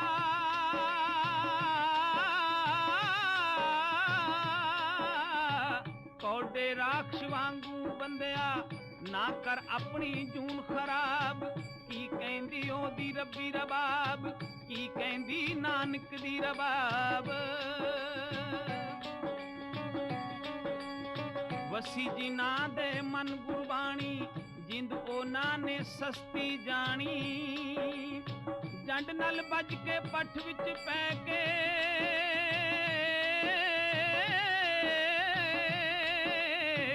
ਜੰਡ ਨਾਲ ਵੱਜ ਕੇ ਪੱਠ ਵਿੱਚ ਪੈ ਕੇ। ਉਜ ਮੋਏ ਕਈ ਖਿੜੇ ਗੁਲਾਬ। ਕੀ ਕਹਿੰਦੀ ਉਹਦੀ ਰੱਬੀ ਰਬਾਬ, ਕੀ ਕਹਿੰਦੀ ਨਾਨਕ ਦੀ ਰਬਾਬ। ਹਾਂਜੀ, ਆਓ ਚੱਲਦੇ ਹਾਂ ਅਗਲੀ ਸਾਖੀ ਵੱਲ, ਜਿਹੜੀ ਹੈ ਫਕੀਰ ਬਹਿਲੋਲ ਨੂੰ ਨਿਯਾਤ। ਸ਼ਹਿਰ ਦੇ ਬਾਹਰ ਦਜਲਾ ਨਾਂ ਦਾ ਦਰਿਆ ਹੈ। ਉਸ ਦੇ ਕੰਢੇ ਇੱਕ ਫਕੀਰ ਝੌਂਪੜੀ ਬਣਾ ਕੇ ਰਹਿੰਦਾ ਸੀ। ਉਸ ਦਾ ਨਾਂ ਬਹਿਲੋਲ ਸੀ। ਉਸ ਨੇ ਆਪਣੇ ਮੁਰੀਦਾਂ ਕੋਲੋਂ ਬਾਬਾ ਨਾਨਕ ਦੀ ਸਿਫਤ ਸਲਾਹ ਸੁਣੀ। ਪੀਰ ਦਸਤਗੀਰ ਆਪਣੇ ਸਾਰੇ ਮੁਰੀਦਾਂ ਤੇ ਸੰਗੀ ਸਾਥੀਆਂ ਦੇ ਨਾਲ ਬਾਬਾ ਜੀ ਦੇ ਦੀਦਾਰ ਕਰਨ ਵਾਸਤੇ ਬੜਾ ਖੁਸ਼ ਹੋ ਕੇ ਆਇਆ। ਉਸ ਨੇ ਆਪਣੇ ਦਿਲ ਦੇ ਸ਼ੰਕਿਆਂ ਨੂੰ ਮਿਟਾਉਣ ਲਈ ਗੁਰੂ ਸਾਹਿਬ ਨੂੰ ਕਈ ਸਵਾਲ ਕੀਤੇ, ਜਿਨ੍ਹਾਂ ਦੇ ਜਵਾਬ ਸੁਣ ਕੇ ਉਸ ਦੀ ਪੂਰੀ ਤਸੱਲੀ ਹੋ ਗਈ ਅਤੇ ਦਿਲ ਵਿੱਚ ਬਾਬਾ ਜੀ ਲਈ ਬਹੁਤ ਇੱਜ਼ਤ ਅਤੇ ਪਿਆਰ ਪੱਕਾ ਹੋ ਗਿਆ। ਗੁਰੂ ਜੀ ਨੇ ਕਿਹਾ, ਬੰਦੇ ਨੂੰ ਸੰਸਾਰ ਦੀਆਂ ਸਾਰੀਆਂ ਖਾਹਿਮਾਂ ਨੂੰ ਮਾਰ ਕੇ, ਸਾਰੇ ਲੋਭ ਲਾਲਚ ਮਿਟਾ ਕੇ ਖੁਦਾ ਦੇ ਹਰ ਸਮੇਂ ਹਰ ਥਾਂ ਹਾਜ਼ਰ ਨਾਜ਼ਰ ਜਾਣਦੇ ਹੋਏ ਉਸ ਦੀ ਬੰਦਗੀ ਕਰਨ ਦੀ ਜ਼ਰੂਰਤ ਹੈ। ਇਹ ਸੁਣ ਕੇ ਬਹਿਲਾਲ ਫਕੀਰ ਬਹੁਤ ਖੁਸ਼ ਹੋਇਆ ਅਤੇ ਅਰਜ਼ ਕੀਤੀ ਕਿ ਉਸ ਦੀ ਝੌਂਪੜੀ ਨੂੰ ਪਵਿੱਤਰ ਕਦਮਾਂ ਦੇ ਨਾਲ ਫੈਜ਼ ਜਾਬ ਭਾਵ ਕੇ ਪਵਿੱਤਰ ਕਰੋ। ਗੁਰੂ ਜੀ ਨੇ ਉਸ ਦੀ ਬੇਨਤੀ ਅਤੇ ਪਿਆਰ ਦੇਖ ਕੇ ਉਸ ਦੀ ਬੇਨਤੀ ਨੂੰ ਕਬੂਲ ਕੀਤਾ ਤੇ ਬਹਿਲੋਲ ਆਪਣੇ ਮੁਰੀਦਾਂ ਦੇ ਨਾਲ ਬਾਬਾ ਜੀ ਨੂੰ ਆਪਣੀ ਝੌਂਪੜੀ ਵਿੱਚ ਲੈ ਗਿਆ। ਝੌਂਪੜੀ ਦੇ ਬਾਹਰ ਆਪਣੇ ਹੱਥਾਂ ਦੇ ਨਾਲ ਬਾਬਾ ਜੀ ਦੇ ਬੈਠਣ ਲਈ ਚਾਦਰ ਵਿਛਾਈ। ਕਾਫੀ ਦੇਰ ਤੱਕ ਗੁਰੂ ਜੀ ਦੇ ਨਾਲ ਗਿਆਨ ਚਰਚਾ ਹੁੰਦੀ ਰਹੀ। ਹੁਣ ਖਾਣੇ ਦਾ ਸਮਾਂ ਜਾਣ ਕੇ ਖਾਣਾ ਖਾਣ ਲਈ ਅਰਜ਼ ਕੀਤੀ ਤਾਂ ਬਾਬਾ ਜੀ ਚੁੱਪ ਰਹੇ। ਇਸ ਚੁੱਪ ਨੂੰ ਗੁਰੂ ਜੀ ਦੀ ਹਾਂ ਸਮਝ ਕੇ ਬਹਿਲੋਲ ਜੀ ਨੇ ਆਪਣੇ ਮਰੀਦ ਅਮਰ ਰਜਾ ਨੂੰ ਕਿਹਾ ਕਿ ਬਾਜ਼ਾਰ ਤੋਂ ਖਾਣੇ ਦਾ ਸਮਾਨ ਲੈ ਕੇ ਖਾਣਾ ਤਿਆਰ ਕਰੋ। ਉਸ ਸਮੇਂ ਬਾਬਾ ਜੀ ਆਪਣੇ ਸਿਰ ਤੇ ਕੰਘਾ ਕਰ ਰਹੇ ਸਨ ਤੇ 2 ਵਾਲ ਕੰਘੇ ਦੇ ਵਿੱਚ ਆਏ। ਬਾਬਾ ਜੀ ਨੇ ਅਮਰ ਰਜਾ ਨੂੰ ਪੁੱਛਿਆ, ਇਹ ਕੀ ਹੈ? ਉਸਨੇ ਕਿਹਾ, ਮੋਏ ਹੋਏ ਵਾਲ ਨੇ। ਬਾਬਾ ਜੀ ਨੇ ਕਿਹਾ, ਇਹ ਵਾਲ ਨਹੀਂ, ਇਹ ਐਨਕ ਹੈ। ਜੋ ਤੁਸੀਂ ਖਾਣੇ ਦਾ ਸਮਾਨ ਲੈਣ ਜਾ ਰਹੇ ਹੋ, ਉਹ ਕਿਸੇ ਇਨਸਾਨ ਦੀ ਦੁਕਾਨ ਤੋਂ ਲੈ ਕੇ ਆਉਣਾ। ਇਹ ਸੁਣ ਕੇ ਬਹਿਲੋਲ ਜੀ ਬੋਲੇ, ਇਹ ਸ਼ਹਿਰ ਪੀਰਾਨੇ ਪੀਰ ਦਸਤਗੀਰ ਜੀ ਦਾ ਹੈ। ਇੱਥੇ ਸਾਰਿਆਂ ਨੂੰ ਯਕੀਨ ਹੈ ਕਿ ਦਸਤਗੀਰ ਜੀ ਦੇ ਸ਼ਹਿਰ ਦੇ ਵਿੱਚ ਰਹਿਣ ਵਾਲਿਆਂ ਦੀ ਵਜ੍ਹਾ ਕਾਰਨ ਸਾਰੇ ਨਿਜਾਤ ਭਾਵ ਗੁਨਾਹਾਂ ਦੀ ਮਾਫੀ ਪਾਉਣਗੇ। ਸੋ ਇਹ ਇੱਥੇ ਸਾਰੇ ਨਿਜਾਤ ਦੀ ਜ਼ਿੰਦਗੀ ਗੁਜ਼ਾਰ ਰਹੇ ਨੇ। ਗੁਰੂ ਜੀ ਨੇ ਕਿਹਾ, ਐਸਾ ਨਹੀਂ ਹੈ। ਖੁਦਾ ਦੇ ਘਰ ਵਿੱਚ ਜ਼ਿੰਦਗੀ ਦੇ ਵਿੱਚ ਜੋ ਜੋ ਕਿਸੇ ਨੇ ਕੀਤਾ ਹੁੰਦਾ ਹੈ, ਉਸ ਦਾ ਹਿਸਾਬ ਹੁੰਦਾ ਹੈ। ਇਹ ਖਿਆਲ ਕਿ ਅਸੀਂ ਪੀਰ ਜੀ ਦੇ ਸ਼ਹਿਰ ਵਿੱਚ ਰਹਿੰਦੇ ਹਾਂ, ਇਸ ਲਈ ਬਖਸ਼ੇ ਜਾਵਾਂਗੇ, ਦਰੁਸਤ ਨਹੀਂ ਹੈ। ਗੁਰੂ ਜੀ ਨੇ ਅਮਰ ਰਜਾ ਨੂੰ 1 ਟਕਾ ਦਿੱਤਾ ਤੇ ਕਿਹਾ, ਇਸ ਟਕੇ ਦਾ ਸਮਾਨ ਲੈਣ ਦੇ ਲਈ ਜੋ ਤੈਨੂੰ ਵਾਲਾਂ ਦੀ ਐਨਕ ਦਿੱਤੀ ਹੈ, ਉਸ ਨੂੰ ਆਪਣੀਆਂ ਅੱਖਾਂ ਤੇ ਲਟਕਾ ਕੇ ਵੇਖ ਲੈਣਾ ਕਿ ਦੁਕਾਨਦਾਰ ਇਨਸਾਨ ਹੈ। ਜੀ ਹਜੂਰ ਕਹਿ ਕੇ ਉਹ ਬਾਜ਼ਾਰ ਦੇ ਵਿੱਚ ਗਿਆ। ਇੱਕ ਦੁਕਾਨ ਦੇ ਵਿੱਚ ਉਸਨੇ ਜਿਵੇਂ ਬਾਬਾ ਜੀ ਨੇ ਕਿਹਾ ਸੀ, ਉਹਨਾਂ ਵਾਲਾਂ ਦੀ ਐਨਕ ਨਾਲ ਵੇਖਿਆ ਤਾਂ ਉਸਨੂੰ ਉਹ ਦੁਕਾਨਦਾਰ ਦੀ ਜਗ੍ਹਾ ਹਿਰਨ ਦਿਸਿਆ। ਫਿਰ ਦੂਸਰੀ ਦੁਕਾਨ ਤੇ ਜਾ ਕੇ ਵੇਖਿਆ ਤੇ ਉਸਨੂੰ ਉਹ ਦੁਕਾਨਦਾਰ ਮੁਰਗਾ ਲੱਗਾ। ਇਸੇ ਤਰ੍ਹਾਂ ਉਹ ਕਈ ਦੁਕਾਨਾਂ ਤੇ ਗਿਆ ਤੇ ਕੋਈ ਵੀ ਉਸਨੂੰ ਦੁਕਾਨਦਾਰ ਇਨਸਾਨ ਨਾ ਦਿਸਿਆ। ਪਰੇਸ਼ਾਨ ਹੋ ਕੇ ਉਹ ਖਾਲੀ ਹੱਥ ਤੁਰਨ ਹੀ ਲੱਗਾ ਸੀ। ਅਖੀਰ ਇੱਕ ਛੋਟੀ ਜਿਹੀ ਉਸਨੇ ਦੁਕਾਨ ਵੇਖੀ, ਜਿਸ ਦਾ ਮਾਲਕ ਜਟਾ-ਜੂਟ ਧਾਰੀ ਸੀ। ਉਸ ਦੀਆਂ ਅੱਖਾਂ ਦੇ ਵਿੱਚ ਮਸਤੀ ਤੇ ਮੱਥਾ ਚਮਕ ਰਿਹਾ ਸੀ। ਜਦ ਅਮਰ ਰਜਾ ਨੇ ਉਹਨਾਂ ਵਾਲਾਂ ਦੀ ਐਨਕ ਲਾ ਕੇ ਦੇਖਿਆ ਤਾਂ ਉਹੀ ਸੂਰਤ ਉਸਨੂੰ ਦੇਖੀ ਜੋ ਬਗੈਰ ਐਨਕ ਦੇ। ਦੁਬਾਰਾ ਐਨਕ ਲਾ ਕੇ ਵੇਖਿਆ ਤਾਂ ਤਸੱਲੀ ਹੋ ਗਈ ਕਿ ਇਹ ਅਸਲੀ ਇਨਸਾਨ ਹੈ।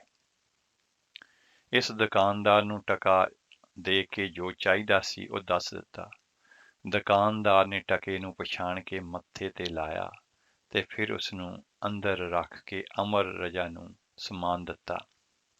ਤਾਂ ਅਮਰ ਰਜਾ ਨੇ ਕਿਹਾ, ਮੈਂ ਤੁਹਾਨੂੰ 1 ਟਕਾ ਦਿੱਤਾ ਸੀ, ਪਰ ਤੁਸੀਂ ਗਲਤੀ ਦੇ ਨਾਲ ਬਹੁਤ ਵੱਧ ਸਮਾਨ ਦੇ ਦਿੱਤਾ ਹੈ। ਜਵਾਬ ਦੇ ਵਿੱਚ ਉਸਨੇ ਕਿਹਾ, ਭਾਈ, ਇਹ ਸਮਾਨ ਉਸ ਟਕੇ ਦਾ ਨਹੀਂ, ਉਸ ਟਕੇ ਦੀ ਕੀਮਤ ਬੇਸ਼ੁਮਾਰ ਹੈ ਜੋ ਮੈਂ ਨਹੀਂ ਦੇ ਸਕਦਾ। ਜੋ ਸਮਾਨ ਦਿੱਤਾ ਹੈ ਉਹ ਤਾਂ ਉਸ ਟਕੇ ਦੇ ਦੀਦਾਰ ਕਰਨ ਦੀ ਕੀਮਤ ਹੈ। ਜਲਦੀ ਜਾਓ, ਤੁਹਾਡਾ ਇੰਤਜ਼ਾਰ ਹੋ ਰਿਹਾ ਹੈ। ਅਮਰ ਰਜਾ ਨੇ ਜੋ ਦੇਖਿਆ ਸੀ ਉਸਨੇ ਆ ਕੇ ਬਹਿਲੋਲ ਨੂੰ ਦੱਸਿਆ। ਬਹਿਲੋਲ ਜੀ ਦਾ ਬਾਬਾ ਜੀ ਤੇ ਭਰੋਸਾ ਹੋਰ ਵੀ ਵੱਧ ਗਿਆ ਤੇ ਉਹਨਾਂ ਨੂੰ ਅੱਲਾ ਦੀ ਯਾਦ ਕਰਕੇ ਮੰਨਣ ਲੱਗਾ।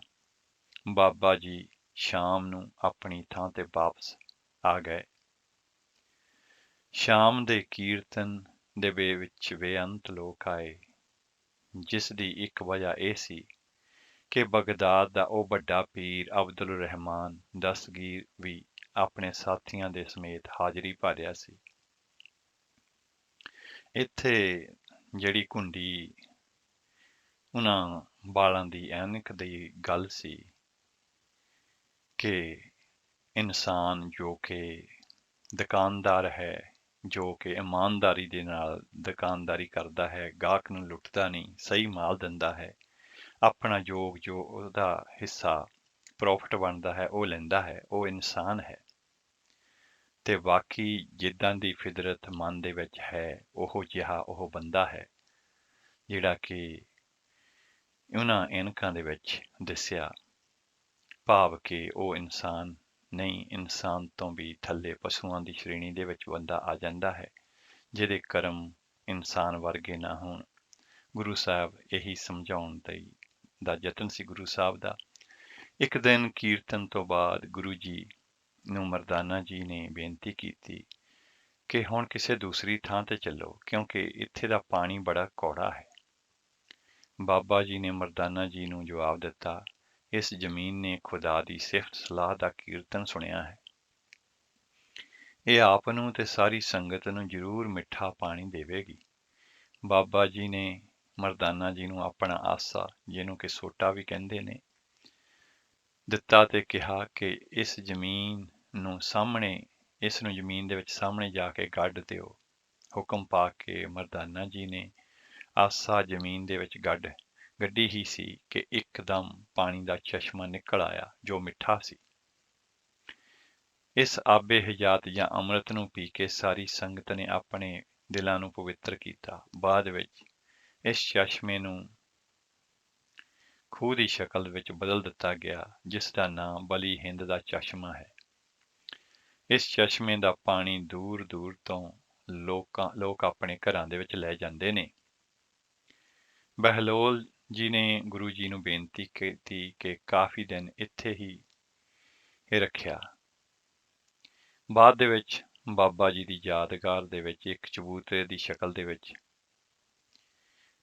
ਜਿਹੜੀ ਯਾਦਗਾਰ ਸੀ ਉਹ ਬਹਿਲੋਲ ਜੀ ਨੇ ਬਣਵਾਈ, ਜਿਸ ਦੇ ਹੇਠਾਂ ਅਰਬੀ ਦੇ ਵਿੱਚ ਤੇ ਤੁਰਕੀ ਦੋਹਾਂ ਜ਼ੁਬਾਨਾਂ ਦੇ ਵਿੱਚ ਜੋ ਅੱਜ ਵੀ ਮੌਜੂਦ ਹੈ। ਭਾਵ ਕਿ ਜਦੋਂ ਇਹ ਜਿਹੜੀ ਗੱਲ ਲਿਖੀ ਗਈ ਸੀ ਉਸ ਸਮੇਂ ਦੀ ਅੱਜ ਤਾਂ ਨਹੀਂ ਉੱਥੇ ਰਹੀ ਬਗਦਾਦ ਦੇ ਵਿੱਚ। ਭਾਵ ਕਿ ਬਹਿਲੋਲ ਜੀ ਕਹਿੰਦੇ ਨੇ, ਮੈਂ ਮੁਰਾਦਾਂ ਪੂਰੀਆਂ ਕਰਨ ਵਾਲੇ ਖੁਦਾ ਨੂੰ ਜ਼ਾਹਿਰ ਖੁਦਾ ਹੈ, ਜੋ ਕਿ ਜ਼ਾਹਿਰ ਖੁਦਾ ਹੈ। ਕੀ ਹੋਇਆ ਜੋ ਬਾਬਾ ਨਾਨਕ ਨਾਮ ਦੇ ਨਾਲ ਫਕੀਰੀ ਲਿਬਾਸ ਦੇ ਵਿੱਚ ਇਹ ਦੁਨੀਆ ਵਿੱਚ ਆਏ ਹੋਏ ਨੇ, ਮੈਂ ਪਛਾਣ ਲਿਆ ਹੈ। ਇਸ ਯਾਦਗਾਰੀ ਇਮਾਰਤ ਨੂੰ ਕਾਇਮ ਕਰਦਾ ਹਾਂ ਜੋ ਆਉਣ ਵਾਲੀਆਂ ਪੁਸ਼ਤਾਂ ਤੱਕ ਕਾਇਮ ਰਹੇ। ਇਸ ਦੀ ਕਾਇਮੀ ਲਈ ਜ਼ਰੂਰੀ ਹੈ ਕਿ ਮੈਂ ਆਪ ਦੀ ਮਦਦ ਮੰਗਾਂ ਕਿ ਆਪਣੇ ਨੇਕ ਇਸ ਵਕਤ ਮਰੀਦ ਨੂੰ ਹਮੇਸ਼ਾ ਰਹਿਣ ਵਾਲਾ ਸੁਭਾਅ ਮਿਲਦਾ ਰਹੇ, ਜਿਹੜਾ ਕਿ ਉਹਨਾਂ ਨੇ 917 ਹਿਜਰੀ 5 ਸ਼ਵਾਲ ਇਹ ਉਹਨਾਂ ਨੇ ਡੇਟ ਜਿਹੜੀ ਉਹਦੇ ਉੱਤੇ ਲਿਖੀ ਤੇ ਦੱਸਦੇ ਨੇ ਕਿ ਸਨ 1914 ਦੀ ਜਿਹੜੀ ਵਰਲਡ ਵਾਰ ਸੀ ਉਹਦੇ ਵਿੱਚ ਸਿੱਖ ਫੌਜੀਆਂ ਨੇ ਇਸ ਚਬੂਤਰੇ ਤੇ ਇੱਕ ਛੋਟਾ ਜਿਹਾ ਕਮਰਾ ਬਣਾਇਆ ਸੀ।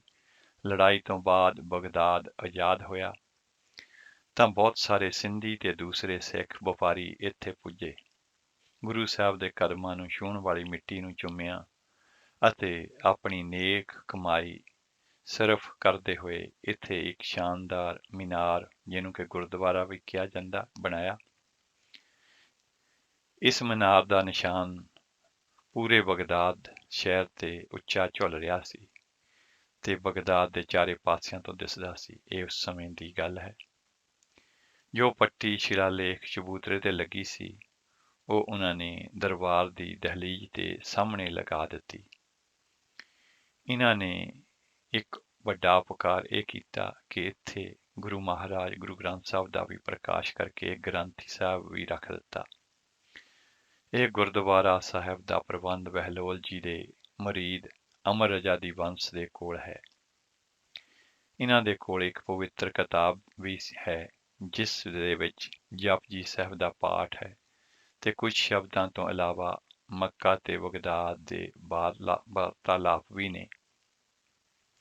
ਸੋ ਇਹ ਮੁਸ਼ਤਾਕ ਹੁਸੈਨ ਜੀ ਜਿਨ੍ਹਾਂ ਨੇ ਜਿਹੜਾ ਹੈ ਇਹ ਆਪਣੀ ਜਿਹੜੀ ਹੈ 1920 ਦੇ ਕਰੀਬ ਜਦੋਂ ਇਹ ਯਾਤਰਾ ਉਹਨਾਂ ਨੇ ਕੀਤੀ ਇਸ ਜਗ੍ਹਾ ਦੀ, ਉਹਦੇ ਬਾਰੇ ਉਹਨਾਂ ਨੇ ਆਪਣੇ ਭਾਸ਼ਣਾਂ ਦੇ ਵਿੱਚ ਜੋ ਕੁਝ ਦੱਸਿਆ ਸੀ ਉਹ ਉਹਨਾਂ ਨੇ ਲਿਖਿਆ, ਲਿਖਣ ਵਾਲਿਆਂ ਨੇ। ਤੇ ਆਓ ਅਸੀਂ ਅਗਲਾ ਜਿਹੜਾ ਹੈ ਗੀਤ ਹੈ ਉਹ ਸੁਣਦੇ ਹਾਂ।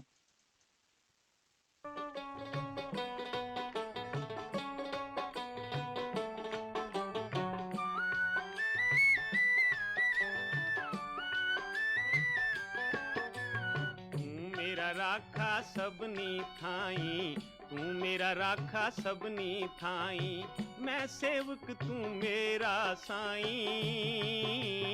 तू मेरा राखा सबनी थाई, तू मेरा राखा सबनी थाई।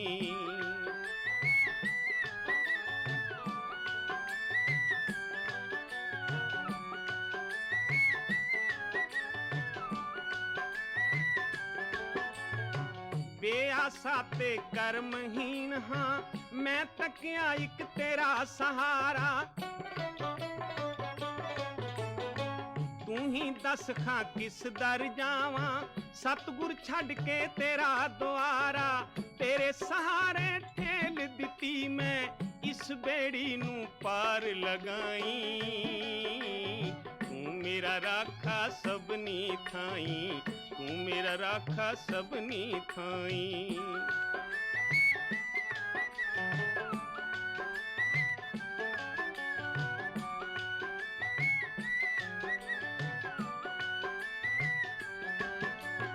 ਮੈਂ ਨਿਰਗੁਣ ਹਾਂ ਗੁਣ ਨਹੀਂ ਕੋਈ, ਤੂੰ ਹੈ ਸਰਬ ਕਲਾ ਦਾ ਮਾਲਕ।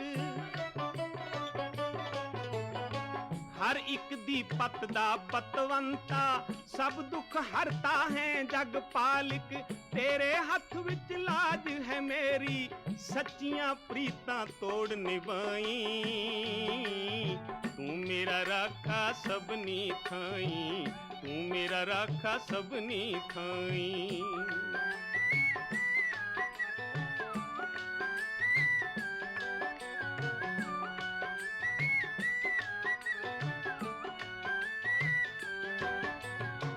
ਜਿਉਂ-ਜਿਉਂ ਤੇਰੀ ਬਾਣੀ ਪੜੀਏ, ਤਿਉਂ-ਤਿਉਂ ਕੱਟਦੀ ਜਾਏ 84। ਸਾਰੇ ਤੇਰਾ ਸਿਮਰਨ ਕਰਦੇ, ਮਹਾਮੁਨੀ ਜੋਗੀ ਸੰਨਿਆਸੀ। ਮੈਂ ਅਨਪੜ੍ਹ ਹਾਂ ਭੁੱਲਣ ਹਾਰਾ, ਮੈਂ ਭੁੱਲਾਂ ਤੂੰ ਭੁੱਲ ਨਾ ਜਾਈ। ਤੂੰ ਮੇਰਾ ਰਾਖਾ ਸਭਨੀ ਥਾਈ, ਤੂੰ ਮੇਰਾ ਰਾਖਾ ਸਭਨੀ ਥਾਈ। ਮੈਂ ਸੇਵਕ ਤੂੰ ਮੇਰਾ ਸਾਈਂ, ਤੂੰ ਮੇਰਾ ਰਾਖਾ ਸਭਨੀ ਥਾਈ, ਤੂੰ ਮੇਰਾ ਰਾਖਾ ਸਭਨੀ ਥਾਈ। ਹਾਂਜੀ 97.3 FM ਤੇ ਆਪ ਜੀ ਸੁਣ ਰਹੇ ਹੋ ਕੋਹਿਨੂਰ ਰੇਡੀਓ ਤੇ ਇਸ ਵੇਲੇ ਸੁਣ ਰਹੇ ਹੋ ਪ੍ਰੋਗਰਾਮ ਸਿੱਖ ਵਿਰਸਾ। ਤੇ ਇਸ ਗੀਤ ਤੋਂ ਪਹਿਲਾਂ ਅਸੀਂ ਗੁਰੂ ਨਾਨਕ ਸਾਹਿਬ ਜੀ ਮਹਾਰਾਜ ਦੇ ਨਾਲ ਸੰਬੰਧਿਤ ਜਿਹੜੀਆਂ ਸਾਖੀਆਂ ਤੇ ਉਹਨਾਂ ਦੇ ਵਿੱਚੋਂ ਜਿਹੜੀ ਸਾਖੀ ਸੀ ਕਿ ਕਿਵੇਂ ਸਤਿਗੁਰੂ ਜੀ ਬਗਦਾਦ ਗਏ ਤੇ ਉਹਦੇ ਬਾਰੇ ਜਿਹੜੀ ਜਾਣਕਾਰੀ ਆਪ ਜੀ ਦੇ ਨਾਲ ਸਾਂਝੀ ਕਰ ਰਹੇ ਸਾਂ। ਤੇ ਇਹ ਜਿਹੜੀ ਜਾਣਕਾਰੀ ਹੈ ਇਹ ਮੁਸ਼ਤਾਕ ਹੁਸੈਨ ਜਿਨ੍ਹਾਂ ਨੇ ਸਾਹਿਤਿਓ ਬਾਬਾ ਨਾਨਕ ਫਕੀਰ ਤੇ ਤਵਾਰੀਖ ਇਹ ਅਰਬ ਦੀ ਨਕਲ ਕਰਕੇ ਇੱਕ ਕਿਤਾਬ ਦੀ ਸ਼ਕਲ ਦੇ ਕੇ ਉਹਨਾਂ ਨੇ ਇਹ ਲਿਖੀਆਂ ਸੀ ਗੱਲਾਂ। ਤੇ ਆਪਣੀ ਜ਼ਿੰਦਗੀ ਦੇ ਵਿੱਚ ਬਾਅਦ ਦੇ ਵਿੱਚ ਉਹ ਸਿੱਖ ਧਰਮ ਜਿਹੜਾ ਹੈ ਉਹਦੇ ਵਿੱਚ ਆਉਣ ਤੋਂ ਬਾਅਦ ਉਹ ਗੁਰਦੁਆਰਾ ਸਾਹਿਬ ਦੇ ਵਿੱਚ ਵੀ ਜਿੱਥੇ ਜਿੱਥੇ ਜਾਂਦੇ ਤੇ ਆਪਣੇ ਲੈਕਚਰਾਂ ਵਿੱਚ ਦੱਸਦੇ ਰਹੇ ਸਨ।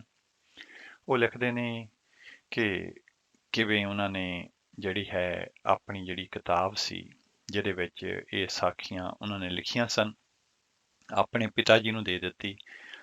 ਤੁਸੀਂ ਇਸ ਤਰ੍ਹਾਂ ਸਮਝ ਲਓ ਕਿ ਇਹਨਾਂ ਦੋ ਵੱਡੀਆਂ ਜਿਹੜੀਆਂ ਕਿਤਾਬਾਂ ਸਾਹਿਤਿਓ ਬਾਬਾ ਨਾਨਕ ਫਕੀਰ ਤੇ ਤਵਾਰੀਖ ਇਹ ਅਰਬ ਉਹਦੇ ਵਿੱਚੋਂ ਜਿਹੜੀ ਉਹਨਾਂ ਨੇ ਆਪਣੇ ਨੋਟਸ ਕਹਿ ਲਓ ਬਣਾਏ ਸਨ ਜਿਹੜੇ ਉਹ ਕਿਤਾਬ ਦੇ ਰੂਪ ਦੇ ਵਿੱਚ ਆਪਣੇ ਪਿਤਾ ਜੀ ਨੂੰ ਦੇ ਦਿੱਤੇ। ਤੇ ਉਹਨਾਂ ਦੇ ਵਿਚਾਰ ਜਾਣਨ ਦੇ ਲਈ ਉਹਨਾਂ ਨੇ 2 ਦਿਨ ਉਹਨਾਂ ਨੂੰ ਦਿੱਤੇ ਤਾਂ ਕਿ 2 ਦਿਨਾਂ ਦੇ ਬਾਅਦ ਜਿਹੜੇ ਹੈ ਮੇਰੇ ਨਾਲ ਵਿਚਾਰ ਸਾਂਝੇ ਕਰ ਸਕਣ ਉਹਨਾਂ ਦੇ ਬਾਰੇ ਜੋ ਕੁਝ ਉਹਨਾਂ ਨੇ ਲਿਖਿਆ ਸੀ। ਪਰ 2 ਦਿਨਾਂ ਤੱਕ ਉਹਨਾਂ ਦੇ ਪਿਤਾ ਜੀ ਨੇ ਉਸ ਨੂੰ ਬੁਲਾਇਆ ਤੱਕ ਨਹੀਂ। ਤੇ ਤੀਸਰੇ ਦਿਨ ਜਦੋਂ ਉਹ ਕਹਿੰਦੇ ਨੇ ਕਿ ਅਸੀਂ ਆਪਣੀ ਕਿਤਾਬ ਮੰਗੀ ਤੇ ਉਹਨਾਂ ਨੇ ਦੇਣ ਤੋਂ ਇਨਕਾਰ ਕਰ ਦਿੱਤਾ। ਤੇ ਇਸ ਤੇ ਮੁਸ਼ਤਾਕ ਹੁਸੈਨ ਜੀ ਬੜੇ ਮਾਯੂਸ ਹੋਏ ਜਿਵੇਂ ਉਹਨਾਂ ਦਾ ਸਾਰਾ ਕੀਤਾ ਕੰਮ ਹੀ ਗੁੰਮ ਹੋ ਗਿਆ ਹੋਵੇ। ਉਹ ਕਹਿੰਦੇ ਨੇ ਕਿ ਮੈਂ ਮਦੀਨੇ ਦੀਆਂ ਗਲੀਆਂ ਦੇ ਵਿੱਚ ਫਿਰ ਕੇ ਗੁਰੂ ਨਾਨਕ ਸਾਹਿਬ ਦੀ ਕਿਸੇ ਨਿਸ਼ਾਨੀ ਦੀ ਤਲਾਸ਼ ਕਰਨ ਲੱਗਾ ਤਾਂ ਮੈਨੂੰ ਇੱਕ ਕਾਫਲਾ ਦਿਸਿਆ ਜੋ ਬਹੂਤਲ ਮੁਕੱਦਸ ਜਾ ਰਿਹਾ ਸੀ। ਮੈਂ ਸਾਹਿਤਿਓ ਬਾਬਾ ਨਾਨਕ ਫਕੀਰ ਕਿਤਾਬ ਦੇ ਵਿੱਚ ਪੜ੍ਹਿਆ ਸੀ ਕਿ ਮੱਕਾ ਜਾਣ ਤੋਂ ਪਹਿਲਾਂ ਗੁਰੂ ਜੀ ਇਸ ਸ਼ਹਿਰ ਦੇ ਵਿੱਚ ਆਏ ਸਨ। ਇੱਥੇ ਲੋਕਾਂ ਨੂੰ ਨਿਜਾਤ ਪਾਉਣ ਤੇ ਅਸਲੀ ਰਾਹ ਤੋਂ ਜਾਣੂ ਕਰਵਾਇਆ ਸੀ। ਮੈਂ ਸੋਚਿਆ ਕਿ ਇਸ ਕਾਫਲੇ ਦੇ ਨਾਲ ਜਾ ਕੇ ਇਸ ਥਾਂ ਦੇ ਦੀਦਾਰ ਕਿਉਂ ਨਾ ਕੀਤੇ ਜਾਣ ਤੇ ਉੱਥੋਂ ਦੇ ਲੋਕਾਂ ਕੋਲੋਂ ਗੁਰੂ ਨਾਨਕ ਸਾਹਿਬ ਬਾਰੇ ਉਹਨਾਂ ਦੇ ਵਿਚਾਰਾਂ ਦੀ ਵਾਕਫੀਅਤ ਹਾਸਲ ਕੀਤੀ ਜਾਵੇ। ਇਹ ਸੋਚ ਕੇ ਮੈਂ ਆਪਣੇ ਪਿਤਾ ਨੂੰ ਦੱਸੇ ਬਗੈਰ ਹੀ ਉਸ ਕਾਫਲੇ ਦੇ ਨਾਲ ਤੁਰ ਪਿਆ। ਇੱਕ ਊਠ ਵਾਲਾ ਜੋ ਇਕੱਲਾ ਹੀ ਸੀ ਉਸ ਨਾਲ ਹੋ ਗਿਆ। ਉਸਨੇ ਊਠ ਤੇ ਸਵਾਰ ਹੋ ਕੇ 5 ਦਿਨਾਂ ਵਿੱਚ ਉਸ ਰੇਗਿਸਤਾਨੀ ਇਲਾਕੇ ਨੂੰ ਪਾਰ ਕਰਦੇ ਹੋਏ ਬੈਤੁਲ ਮੁਕੱਦਸ ਜਗ੍ਹਾ ਦੇ ਉੱਤੇ ਫਿਰ ਪਹੁੰਚਿਆ। ਰਸਤੇ ਦੇ ਵਿੱਚ ਉਸ ਊਠ ਵਾਲੇ ਤੋਂ ਪਤਾ ਲੱਗਾ ਕਿ ਉਹ ਸਿੰਧੀ ਹੈ ਤੇ ਬਾਬਾ ਨਾਨਕ ਜੀ ਨੂੰ ਮੰਨਣ ਵਾਲਾ ਹੈ। ਉਸ ਨੇ ਉਹਨਾਂ ਨੂੰ ਇੱਕ ਛੋਟੀ ਜਿਹੀ ਕਿਤਾਬ ਵਿਖਾਈ ਜੋ ਸੁਨਹਿਰੀ ਹਰਫਾਂ ਦੇ ਵਿੱਚ ਅਰਬੀ ਜ਼ੁਬਾਨ ਦੇ ਵਿੱਚ ਲਿਖੀ ਹੋਈ ਸੀ ਤੇ ਜਪਜੀ ਸਾਹਿਬ ਦਾ ਇਹ ਗੁਟਕਾ ਸੀ। ਸ਼ਹਿਰ ਦੇ ਵਿੱਚ ਜਾ ਕੇ ਉਸ ਊਠ ਵਾਲੇ ਨੇ ਨਾਲ ਸ਼ਹਿਰ ਦੇ ਬਾਹਰ ਕਬਰਸਤਾਨ ਦੇ ਵਿੱਚ ਬਣੇ ਗੋਬਿੰਦ ਨੁਮਾ ਅਲੀਸ਼ਾਨ ਗੁਰਦੁਆਰੇ ਨੂੰ ਦਿਖਾਇਆ, ਜਿਸ ਦਾ ਜ਼ਿਕਰ ਸਾਹਿਤਿਓ ਬਾਬਾ ਨਾਨਕ ਫਕੀਰ ਦੀ ਕਿਤਾਬ ਦੇ ਵਿੱਚ ਪੜ੍ਹਿਆ ਸੀ, ਜਿਸ ਦਾ ਨਾਂ ਉਸ ਦੇ ਵਿੱਚ ਨਾਨਕ ਸ਼ਾਹ ਕਲੰਦਰ ਲਿਖਿਆ ਸੀ। ਅੰਦਰ ਹਾਲ ਦੇ ਵਿੱਚ ਇੱਕ ਚਬੂਤਰਾ ਬਣਿਆ ਹੋਇਆ ਸੀ, ਜਿਸ ਤੇ ਇੱਕ ਚਾਦਰ ਵਿਛੀ ਹੋਈ ਸੀ। ਕੁਝ ਪ੍ਰੇਮੀ ਅਰਬੀ ਜ਼ੁਬਾਨ ਦੇ ਵਿੱਚ ਕੀਰਤਨ ਕਰ ਰਹੇ ਸਨ। ਕੀਰਤਨ ਸਮਾਪਤ ਹੋਣ ਤੋਂ ਬਾਅਦ ਮੈਂ ਉਹਨਾਂ ਨੂੰ ਪੁੱਛਿਆ, ਫਲਾ ਹਾਜਾ ਮਜਬਹੂ, ਭਾਵ ਆਪ ਦਾ ਮਜ਼ਹਬ ਜਾਂ ਧਰਮ ਕੀ ਹੈ? ਉਹਨਾਂ ਨੇ ਜਵਾਬ ਦਿੱਤਾ, ਅੱਲਾ ਇਨਾਹੂ ਨਾਨਕ ਸ਼ਾਹ ਹਿੰਦੁਲ ਪੀਰ, ਭਾਵ ਸਾਡਾ ਮਜ਼ਹਬ ਹਿੰਦ ਦੇ ਫਕੀਰ ਨਾਨਕ ਸ਼ਾਹ ਪੀਰ ਕਾ ਹੈ। ਫਿਰ ਪੁੱਛਿਆ, ਆਪ ਦਾ ਨਬੀ ਕੌਣ ਹੈ? ਜਵਾਬ ਮਿਲਿਆ, ਨਾਨਕ ਨਬੀਨ ਵਾ ਅਨ ਆਮਨਾ ਵੇਹੀ, ਭਾਵ ਨਾਨਕ ਹੀ ਸਾਡੇ ਨਬੀ ਤੇ ਈਮਾਨ ਹੈ, ਜਿਸ ਤੇ ਸਾਡਾ ਈਮਾਨ ਕਾਇਮ ਹੈ। ਫਿਰ ਪੁੱਛਿਆ, ਪੈਗੰਬਰ ਜਾਂ ਨਬੀ ਦੇ 3 ਨਿਸ਼ਾਨ ਹਨ, ਕਿਤਾਬ, ਤਾਕਤ ਤੇ ਮੁਰੀਦ। ਜਿਸ ਵਿਅਕਤੀ ਦੇ ਨਾਲ ਗੱਲਬਾਤ ਹੋ ਰਹੀ ਸੀ ਉਹ ਤਾਂ ਚੁੱਪ ਹੋ ਗਿਆ, ਪਰ ਨਾਲ ਬੈਠੇ ਇੱਕ ਬੁੱਢੇ ਆਦਮੀ ਨੇ ਛਾਤੀ ਠੋਕ ਕੇ ਕਿਹਾ, ਆਮਾ ਉਮਤੀ, ਭਾਵ ਅਸੀਂ ਉਸ ਦੇ ਮੁਰੀਦ ਹਾਂ। ਉਸ ਨੇ ਆਪਣੀ ਬਗਲ ਦੇ ਵਿੱਚੋਂ ਇੱਕ ਛੋਟਾ ਜਿਹਾ ਗੁਟਕਾ ਕੱਢ ਕੇ ਦੱਸਿਆ, ਰਾਜਾ ਕਲਾਮੁਨ, ਭਾਵ ਇਹ ਕਲਾਮ ਪਾਕ ਹੈ। ਤਾਕਤ ਬਾਰੇ ਉਸਨੇ ਆਖਿਆ, ਰਾਜਾ ਬੈਤੁਲਾ ਸ਼ਹਾਦਨ ਜੁਮੇ ਹਸ਼ਰ, ਭਾਵ ਮੱਕਾ ਕਾਬਾ ਤੋਂ ਆਪਣਾ ਤਵਾਫ ਕਰਵਾਇਆ। ਇਹ ਇੰਨੀ ਤਾਕਤ ਦੇ ਮਾਲਕ ਸਨ ਗੁਰੂ ਨਾਨਕ ਸਾਹਿਬ। ਇਹਨਾਂ ਸਵਾਲਾਂ ਜਵਾਬਾਂ ਦੇ ਨਾਲ ਉਹਨਾਂ ਸੰਗਤ ਨੂੰ ਦੱਸਿਆ ਕਿ ਮੇਰਾ ਯਕੀਨ ਉਹਨਾਂ ਤੇ ਹੋਰ ਵੀ ਵੱਧ ਗਿਆ। ਹੁਣ ਵਾਪਸ ਆ ਕੇ ਮੈਂ ਆਪਣੇ ਪਿਤਾ ਜੀ ਦੇ ਖਿਆਲਾਂ ਨੂੰ ਜਾਣਨ ਦੀ ਕੋਸ਼ਿਸ਼ ਕੀਤੀ। ਮਦੀਨੇ ਪਹੁੰਚ ਕੇ ਪਿਤਾ ਜੀ ਨੂੰ ਮਿਲਿਆ ਤਾਂ ਉਹਨਾਂ ਨੇ ਕਿਤਾਬ ਬਾਰੇ ਉਹਨਾਂ ਦੇ ਖਿਆਲਾਤ ਪੁੱਛੇ। ਮੇਰੀ ਪਰੇਸ਼ਾਨੀ ਨੂੰ ਭਾਂਪਦੇ ਹੋਏ ਉਹਨਾਂ ਨੇ ਕਿਤਾਬ ਵਾਪਸ ਕਰ ਦਿੱਤੀ ਤੇ ਕਹਿਣ ਲੱਗੇ, ਤੂੰ ਇੱਥੇ ਕਹਾਣੀਆਂ ਪੜ੍ਹਨ ਨਹੀਂ ਆਇਆ, ਆਪਣੇ ਮਕਸਦ ਟੀਚੇ ਨੂੰ ਹਾਸਲ ਕਰ। ਮੇਰੇ ਪਿਤਾ ਨੇ ਮੈਨੂੰ ਮਾਯੂਸ ਕਰ ਦਿੱਤਾ। ਕਿਤਾਬ ਲੈ ਕੇ ਮੈਂ ਆਪਣੇ ਕਮਰੇ ਦੇ ਵਿੱਚ ਆ ਗਿਆ ਤੇ ਦੁਬਾਰਾ ਕਿਤਾਬ ਨੂੰ ਬਰੀਕੀ ਦੇ ਨਾਲ ਪੜ੍ਹਿਆ ਤਾਂ ਰਾਤ ਦਾ ਪਹਿਲਾ ਹਿੱਸਾ ਖਤਮ ਹੋ ਚੁੱਕਾ ਸੀ। ਹੁਣ ਖੜੇ ਹੋ ਕੇ ਮੈਂ ਗੁਰੂ ਨਾਨਕ ਸਾਹਿਬ ਅੱਗੇ ਅਰਦਾਸ ਕੀਤੀ ਕਿ ਜੋ ਕੁਝ ਮੈਂ ਤੁਹਾਡੇ ਬਾਰੇ ਪੜ੍ਹਿਆ ਹੈ, ਜੇਕਰ ਉਹ ਸਹੀ ਹੈ ਤਾਂ ਮੈਨੂੰ ਸੂਝ ਬੂਝ ਬਖਸ਼ਿਸ਼ ਕਰੋ, ਜਿਸ ਤੋਂ ਮੈਂ ਇੱਕ ਸਹੀ ਰਸਤਾ ਫੜ ਸਕਾਂ। ਰਾਤ ਬਹੁਤ ਹੋਣ ਕਾਰਨ ਨੀਂਦ ਨੇ ਫਰਸ਼ ਤੇ ਹੀ ਲੰਮੇ ਪਾ ਦਿੱਤਾ। ਸੁਪਨੇ ਵਿੱਚ ਵੇਖਦਾ ਹਾਂ ਕਿ ਜਿਸ ਤਰ੍ਹਾਂ ਇਸਲਾਮ ਦੀਆਂ ਕਿਤਾਬਾਂ ਦੇ ਵਿੱਚ ਲਿਖਿਆ ਹੈ, ਹੂਬਹੂ ਉਸੇ ਤਰ੍ਹਾਂ ਹੀ ਕਿਆਮਤ ਦਾ ਨਜ਼ਾਰਾ ਹੈ। ਲੋਕਾਂ ਜਿਨ੍ਹਾਂ ਨੂੰ ਨਿਜਾਤ ਨਹੀਂ ਮਿਲੀ, ਇੱਕ ਖੁੱਲ੍ਹੇ ਮੈਦਾਨ ਦੇ ਵਿੱਚ ਨੰਗੇ ਖੜੇ ਆਪਣੇ ਹੱਥਾਂ ਦੇ ਵਿੱਚ ਸੰਸਾਰ 'ਚ ਰਹਿੰਦਿਆਂ ਕੀਤੇ ਕਰਮਾਂ ਦਾ ਲੇਖਾ ਜੋਖਾ ਕਰਦੇ ਦੇਖ ਕੇ ਹੈਰਾਨ ਹੋ ਗਿਆ। ਸੂਰਜ ਨੇ ਜ਼ਮੀਨ ਨੂੰ ਤਾਂਬੇ ਦੀ ਤਰ੍ਹਾਂ ਗਰਮ ਕੀਤਾ ਹੋਇਆ ਹੈ ਤੇ ਸਾਰੇ ਲੋਕ ਗਰਮੀ ਦੇ ਨਾਲ ਤੜਫ ਰਹੇ ਨੇ। ਇਸਲਾਮ ਨੇ ਦੱਸਿਆ ਹੈ ਕਿ ਐਸੇ ਖੌਫਨਾਕ ਸਮੇਂ ਦੇ ਵਿੱਚ ਖੁਦਾ ਦੀਦਾਰ ਬਖਸ਼ ਕੇ ਆਪਣੀ ਜਨਤਾ ਦੇ ਦੁੱਖ ਆਪ ਮਿਟਾਉਣਗੇ ਤੇ ਤਖਤ ਤੇ ਬਹਿ ਕੇ ਜੰਨਤ ਅਤੇ ਦੋਜ਼ਖ ਦਾ ਆਪ ਫੈਸਲਾ ਕਰਨਗੇ। ਉਹ ਹੀਰੇ ਜੜਤ ਤਖਤ ਵੀ ਸਾਹਮਣੇ ਦਿਸ ਰਿਹਾ ਸੀ। ਜਿਸ ਦੇ ਉੱਪਰ ਸੁਨਹਿਰੀ ਪਾਲਕੀ ਸੁਭਾਏਮਾਨ ਸੀ। ਸਾਰੇ ਹਾਜ਼ਰੀਨ ਨੂੰ ਭਰੋਸਾ ਸੀ ਕਿ ਹੁਣ ਖੁਦਾਵੰਦ ਕਰੀਮ ਦੇ ਪਾਲਕੀ ਦੇ ਵਿੱਚੋਂ ਦੀਦਾਰ ਹੋ ਜਾਣਗੇ ਤੇ ਅਸੀਂ ਸਾਰੇ ਬਖਸ਼ੇ ਜਾਵਾਂਗੇ। ਹੁਣ ਇਹਨਾਂ ਤੜਫ ਰਹੇ ਲੋਕਾਂ ਦੇ ਵਿੱਚੋਂ ਇੱਕ ਆਵਾਜ਼ ਆਈ ਕਿ ਹਜ਼ਰਤ ਈਸਾ ਪੈਗੰਬਰ ਆ ਰਹੇ ਨੇ। ਇਹ ਸੁਣ ਕੇ ਸਾਰਿਆਂ ਨੂੰ ਉਮੀਦ ਸੀ ਕਿ ਈਸਾ ਜੀ ਸਾਡੀ ਸਿਫਾਰਿਸ਼ ਕਰਕੇ ਸਾਡੇ ਦੁੱਖਾਂ ਤੋਂ ਛੁਟਕਾਰਾ ਪਾਉਣ ਦੇ ਵਿੱਚ ਮਦਦ ਕਰਨਗੇ। ਦੇਖਿਆ ਕਿ ਅੱਗੇ ਅੱਗੇ ਈਸਾ ਜੀ ਤੇ ਪਿੱਛੇ ਉਹਨਾਂ ਦੀ ਉਮਤ ਈਸਾ ਜੀ ਦਾ ਕਲਾਮ ਪੜ੍ਹਦੀ ਜਾ ਰਹੀ ਸੀ। ਹੁਣ ਈਸਾ ਜੀ ਪਾਲਕੀ ਨੂੰ ਸਜਦਾ ਕਰਕੇ ਉਸ ਦੇ ਖੱਬੇ ਪਾਸੇ ਖੜੇ ਹੋ ਗਏ ਤੇ ਉਹਨਾਂ ਦੀ ਉਮਤ ਲੋਕਾਂ ਦੇ ਵਿੱਚ ਮਿਲ ਗਈ। ਇਹ ਦੇਖ ਕੇ ਲੋਕਾਂ ਦੀਆਂ ਉਮੀਦਾਂ ਤੇ ਪਾਣੀ ਫਿਰ ਗਿਆ।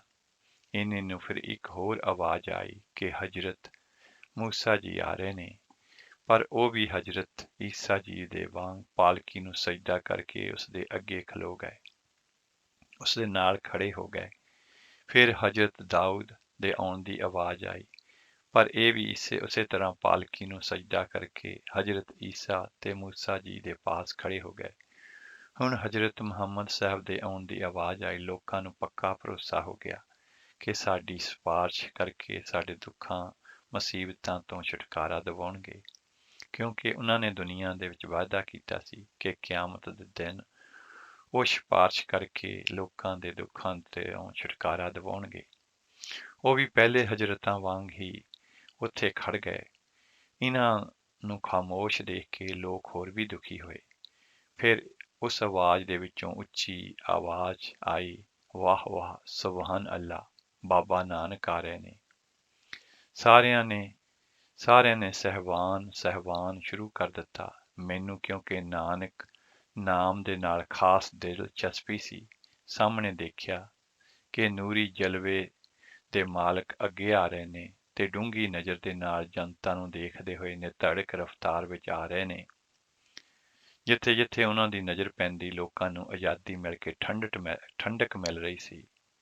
ਆਪ ਦੇ ਪਿੱਛੇ ਜਟਾ ਜੂਟ ਸੰਗਤ ਕੇਸਰੀ ਨਿਸ਼ਾਨ ਸਾਹਿਬ ਲੈ ਕੇ ਵਾਹਿਗੁਰੂ ਵਾਹਿਗੁਰੂ ਜਾਪ ਕਰ ਰਹੀ ਸੀ ਤੇ ਨੂਰਾਨੀ ਚਿਹਰੇ ਦਾ ਜਲਾਲ ਲੱਖਾਂ ਸੂਰਜਾਂ ਦੀ ਚਮਕ ਨੂੰ ਸ਼ਰਮਸਾਰ ਕਰ ਰਿਹਾ ਸੀ।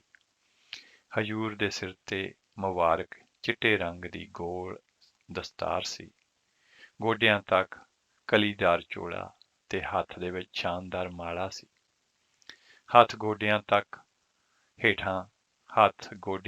ਹੇਠਾਂ ਤੱਕ ਆਉਂਦੇ ਸਨ। ਮੁਸ਼ਤਾਕ ਜੀ ਨੇ ਦੱਸਿਆ ਕਿ ਪੂਰੇ ਪੰਥ ਦੇ ਵਿੱਚ ਕੋਸ਼ਿਸ਼ ਕੀਤੀ ਕਿ ਉਹ ਉਸ ਸੂਰਤ ਦੀ ਕੋਈ ਐਸੀ ਫੋਟੋ ਮਿਲ ਜਾਵੇ, ਪਰ ਕਾਮਯਾਬੀ ਨਹੀਂ ਮਿਲ ਸਕੀ। ਗੁਰੂ ਨਾਨਕ ਸਾਹਿਬ ਜੀ ਮਹਾਰਾਜ ਦੇ ਦੀਦਾਰ ਕਰਕੇ ਸਾਰੀ ਜਨਤਾ ਦੇ ਦੁੱਖ ਦੂਰ ਹੋ ਗਏ ਤੇ ਸਾਰਿਆਂ ਨੇ ਵਾਹਿਗੁਰੂ ਨਾਮ ਦਾ ਜਾਪ ਕਰਨਾ ਸ਼ੁਰੂ ਕਰ ਦਿੱਤਾ। ਜਦੋਂ ਬਾਬਾ ਜੀ ਪਾਲਕੀ ਦੇ ਕੋਲ ਆਏ ਤਾਂ ਚਾਰੇ ਪਾਸੇ ਅਦਬ ਦੇ ਨਾਲ ਬਾਬਾ ਜੀ ਨੂੰ ਸਜਦਾ ਕੀਤਾ ਗਿਆ। ਆਪ ਪਾਲਕੀ ਅੰਦਰ ਦਾਖਲ ਹੋ ਗਏ। ਇੱਥੇ ਲੋਕਾਂ ਨੂੰ ਉਮੀਦ ਸੀ ਕਿ ਪਾਲਕੀ ਦੇ ਵਿੱਚ ਪਾਕ ਪਰਵਰਦਿਗਾਰ ਦੇ ਦੀਦਾਰ ਹੋਣਗੇ। ਚਾਰੇ ਪਰਦੇ ਉੱਪਰ ਉੱਠਣ ਤੋਂ ਬਾਅਦ ਸਾਰਿਆਂ ਨੇ ਗੁਰੂ ਨਾਨਕ ਸਾਹਿਬ ਮਹਾਰਾਜ ਦੇ ਦੀਦਾਰ ਕੀਤੇ ਤਾਂ ਸਾਰਿਆਂ ਨੇ ਮੱਥਾ ਟੇਕਿਆ, ਸਜਦਾ ਕੀਤਾ। ਤਾਂ ਮੁਸ਼ਤਾਕ ਜੀ ਨੇ ਸੰਗਤਾਂ ਨੂੰ ਦੱਸਿਆ ਕਿ ਮੈਂ ਵੀ ਸਜਦੇ ਦੇ ਵਿੱਚ ਸਾਂ। ਇਹਨੇ ਨੂੰ ਮੇਰੀ ਨੀਂਦ ਖੁੱਲ੍ਹ ਗਈ। ਇਹ ਨਜ਼ਾਰੇ ਨੇ ਗੁਰੂ ਨਾਨਕ ਸਾਹਿਬ ਦੇ ਲਈ ਮੇਰਾ ਭਰੋਸਾ ਹਿਮਾਲਿਆ ਉੱਪਰ ਪਹਾੜ ਜਿੱਡਾ ਪੱਕਾ ਕਰ ਦਿੱਤਾ। ਸਵੇਰ ਦੇ 4 ਵਜੇ ਸਨ। ਮੈਂ ਤੁਰੰਤ ਪਿਤਾ ਜੀ ਦੇ ਕਮਰੇ ਵਿੱਚ ਚਲਾ ਗਿਆ। ਉਹਨਾਂ ਨੂੰ ਸੁਪਨੇ ਵਿੱਚ ਜੋ ਨਜ਼ਾਰਾ ਦੇਖਿਆ ਸੀ ਸੁਣਾ ਕੇ ਜਵਾਬ ਮੰਗਿਆ ਤਾਂ ਉਹਨਾਂ ਨੇ ਕਿਹਾ, ਤੂੰ ਕਿਹੜੇ ਵਹਿਮਾਂ ਭਰਮਾਂ ਵਿੱਚ ਪੈ ਗਿਆ ਹੈ? ਤੈਨੂੰ ਇਸ ਲਈ ਨਹੀਂ ਸੀ ਇੱਥੇ ਲਿਆਂਦਾ। ਚੰਗਾ ਹੁੰਦਾ ਤੂੰ ਯੂਨੀਵਰਸਿਟੀ ਦੀ ਡਿਗਰੀ ਲੈ ਲੈਂਦਾ। ਮੈਂ ਪਿਤਾ ਜੀ ਨੂੰ ਕਿਹਾ ਕਿ ਸੁਪਨੇ ਦੇ ਨਜ਼ਾਰੇ ਤੇ ਸਾਹਿਤਿਓ ਬਾਬਾ ਨਾਨਕ ਫਕੀਰ ਕਿਤਾਬ ਪੜ੍ਹ ਕੇ ਮੈਨੂੰ ਮਹਿਸੂਸ ਹੋਇਆ ਹੈ ਕਿ ਮੈਂ ਇਸ ਧਰਮ ਨੂੰ ਅਪਣਾਵਾਂਗਾ। ਪਿਤਾ ਜੀ ਨੇ ਕਿਹਾ, ਨਾਨਕ ਤਾਂ ਇੱਕ ਚਮਕਦਾ ਸਿਤਾਰਾ ਸੀ, ਪਰ ਅਫਸੋਸ ਕਿ ਉਸਨੇ ਇਸਲਾਮ ਦੇ ਕਲਾਮ ਪਾਕ ਦੇ ਮੁਕਾਬਲੇ ਆਪਣੀ ਕਲਾਮ ਬਣਾਈ, ਜਿਸ ਨੇ ਅੱਲਾ ਦੀ ਬਹੁਤ ਤੋਹੀਨ ਕੀਤੀ। ਮੈਂ ਕਿਹਾ, ਪਿਤਾ ਜੀ, ਨਾਨਕ ਦਾ ਇਨਸਾਨੀ ਕਲਾਮ ਖੁਦਾਈ ਕਲਾਮ ਦੀ ਤੋਹੀਨ ਕਿਵੇਂ ਕਰ ਸਕਦਾ ਹੈ? ਨਾਮੁਮਕਿਨ ਜਿਹੀ ਗੱਲ ਹੈ। ਜਵਾਬ ਦੇ ਵਿੱਚ ਉਹਨਾਂ ਨੇ ਕਿਹਾ, ਇਸ ਦੇ ਵਿੱਚ ਕੋਈ ਸ਼ੱਕ ਨਹੀਂ ਕਿ ਨਾਨਕ ਦਾ ਕਲਾਮ ਜਾਦੂ ਦਾ ਅਸਰ ਰੱਖਦਾ ਹੈ ਤੇ ਇਹ ਗੱਲ ਮੇਰੀ ਅਜਮਾਈ ਹੋਈ ਹੈ। ਮੈਂ ਅਰਬ ਦੇ ਵਿੱਚ ਉਸ ਆਦਮੀ ਦੇ ਨਾਲ ਮੁਲਾਕਾਤ ਕੀਤੀ ਜੋ ਅਰਬ ਦਾ ਵਸਨੀਕ ਸੀ ਤੇ ਬਾਬਾ ਨਾਨਕ ਦਾ ਪੱਕਾ ਪੈਰੋਕਾਰ ਸੀ ਅਤੇ ਉਸ ਦੇ ਕੋਲ ਗੁਰੂ ਨਾਨਕ ਸਾਹਿਬ ਦਾ ਦਿੱਤਾ ਹੋਇਆ ਜਪਜੀ ਸਾਹਿਬ ਦਾ ਅਰਬੀ ਭਾਸ਼ਾ ਦਾ ਗੁਟਕਾ ਸੀ ਤੇ ਇੱਕ ਗੁਰੂ ਜੀ ਦੀ ਖੜਾਵ ਵੀ ਸੀ। ਉਸ ਦਾ ਨਾਮ ਮਹਿਬੂਬ ਇਬਨ ਜਾਫਰ ਸੀ ਤੇ ਇਮਾਮ ਹਜ਼ਰਤ ਜਾਫਰ ਦੀ ਵੰਸ਼ ਦੇ ਵਿੱਚੋਂ ਸੀ। ਉਸ ਨਾਲ ਮੈਂ ਮੁਲਾਕਾਤ ਕੀਤੀ। ਉਹ ਜਟਾ ਜੂਟ ਕੇਸਧਾਰੀ ਸਨ। ਕਾਫੀ ਸਮਾਂ ਸਵਾਲ ਜਵਾਬ ਹੋਏ। ਉਸ ਤੋਂ ਬਾਅਦ ਉਸਨੇ ਪਿਤਾ ਜੀ ਨੂੰ ਇੱਕ ਕਿਤਾਬ ਦਿਖਾਈ ਜਿਸ ਦੇ ਵਿੱਚ ਲਿਖਿਆ ਸੀ ਕਿ ਜਦੋਂ ਉਹਨਾਂ ਦੇ ਬਜ਼ੁਰਗਾਂ ਕੋਲੋਂ ਗੁਰੂ ਨਾਨਕ ਸਾਹਿਬ ਮਹਾਰਾਜ ਰੁਖਸਤ ਹੋਏ, ਉਸ ਸਮੇਂ ਇੱਕ ਘਰ ਦੇ ਵਿੱਚ ਉਹਨਾਂ ਦਾ ਪੈਰੋਕਾਰ ਸੀ। ਹੁਣ ਸਿਰਫ ਮਦੀਨੇ ਦੇ ਵਿੱਚ ਗੁਰੂ ਸਾਹਿਬ ਦੇ ਪੈਰੋਕਾਰਾਂ ਦੇ 114 ਘਰ ਹਨ। ਉਸ ਨੇ ਹੋਰ ਆਖਿਆ ਕਿ ਮੌਲਾਣਿਆਂ ਦੀ ਮੁਖਾਲਫਤ ਦੇ ਕਾਰਨ ਅਸੀਂ ਤਬਲੀਗੇ ਨਾਨਕੀ ਨਹੀਂ ਕਰ ਸਕਦੇ, ਨਹੀਂ ਤਾਂ ਸਾਰਾ ਦੇਸ਼ ਹੀ ਨਾਨਕ ਦਾ ਪੈਰੋਕਾਰ ਹੋ ਜਾਵੇ। ਉੱਥੋਂ ਜਾਣ ਤੋਂ ਬਾਅਦ ਪਿਤਾ ਜੀ ਨੇ ਕਿਹਾ ਕਿ ਬਾਲ ਕੱਟੇ ਨਹੀਂ, ਸ਼ਕਲ ਜਟਾ ਜੂਟ ਹੈ। ਮੈਂ ਪਿਤਾ ਜੀ ਨੂੰ ਦੱਸਿਆ ਕਿ ਕੁਰਾਨ ਸ਼ਰੀਫ ਬਾਲ ਕਟਾਉਣ ਦੀ ਇਜਾਜ਼ਤ ਨਹੀਂ ਦਿੰਦਾ। ਦੇਖੋ ਸਪਾਰਾ 2 ਸੂਰਤ ਬਕਰ ਰਕੂ 24 ਆਇਤ 195। ਇਸ ਦੇ ਅਨੁਸਾਰ ਹੱਜ ਉਸੇ ਦਾ ਮਨਜ਼ੂਰ ਹੋਵੇਗਾ ਜੋ ਜਟਾ ਜੂਟ ਰਹੇਗਾ। ਦੇਖੋ ਖੁਦਾ ਨੇ ਹਰ ਇਨਸਾਨ ਨੂੰ ਜਟਾ ਜੂਟ ਬਣਾਇਆ ਹੈ। ਹਰ ਇੱਕ ਦੇਸ਼ ਦੇ ਵਿੱਚ ਐਸਾ ਹੀ ਹੈ। ਦੁਨੀਆ ਦੇ ਵਿੱਚ ਖੁਦਾ ਨੇ 84 ਲੱਖ ਤਰ੍ਹਾਂ ਦੇ ਜੀਵ ਜੰਤੂ ਪੈਦਾ ਕੀਤੇ ਨੇ। ਕਿਸੇ ਇੱਕ ਦੀ ਸ਼ਕਲ ਦੂਜੇ ਦੇ ਨਾਲ ਨਹੀਂ ਮਿਲਦੀ। ਇਹ ਉਸ ਦੀ ਖੁਸ਼ੀ ਹੈ। ਇੰਜ ਹੀ ਉਸਨੇ ਮਰਦ ਤੇ ਔਰਤ ਨੂੰ ਵੱਖ-ਵੱਖ ਸ਼ਕਲ ਦਿੱਤੀ ਹੈ। ਇਸ ਸੰਸਾਰ ਦੇ ਵਿੱਚ ਅਸੀਂ ਖੁਦਾ ਦੀ ਖੁਸ਼ੀ ਲੈਣ ਲਈ ਆਏ ਹਾਂ।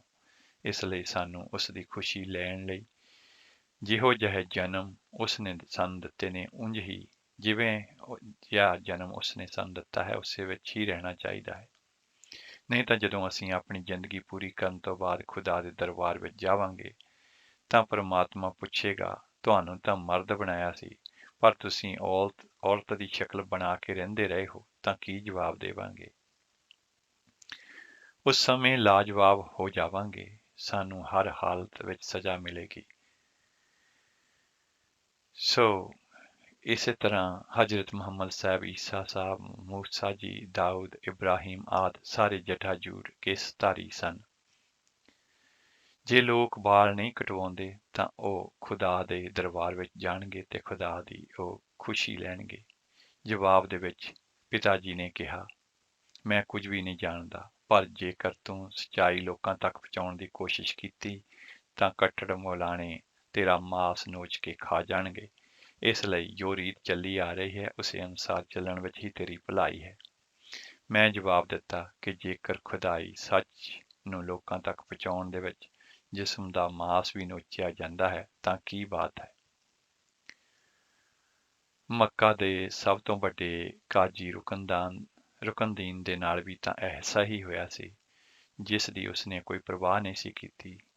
ਫਿਰ ਉਸ ਦੇ ਨਾਲ ਜੋ ਕੁਝ ਹੋਇਆ ਉਸ ਤੋਂ ਇਹ ਸਪਸ਼ਟ ਹੁੰਦਾ ਹੈ ਕਿ ਗੁਰੂ ਨਾਨਕ ਸਾਹਿਬ ਨੇ ਆਖਰੀ ਸਮੇਂ ਉਸ ਦੇ ਸਿਰ ਤੇ ਹੱਥ ਰੱਖ ਕੇ ਉਸ ਨੂੰ ਮਲਾਉਣਿਆਂ ਦੀ ਦਰਿੰਦਗੀ ਤੋਂ ਹੀ ਨਹੀਂ ਬਚਾਇਆ ਸੀ, ਸਗੋਂ ਸਿੱਧਾ ਬਹਿਸ਼ਤ ਦੇ ਵਿੱਚ ਭੇਜਿਆ।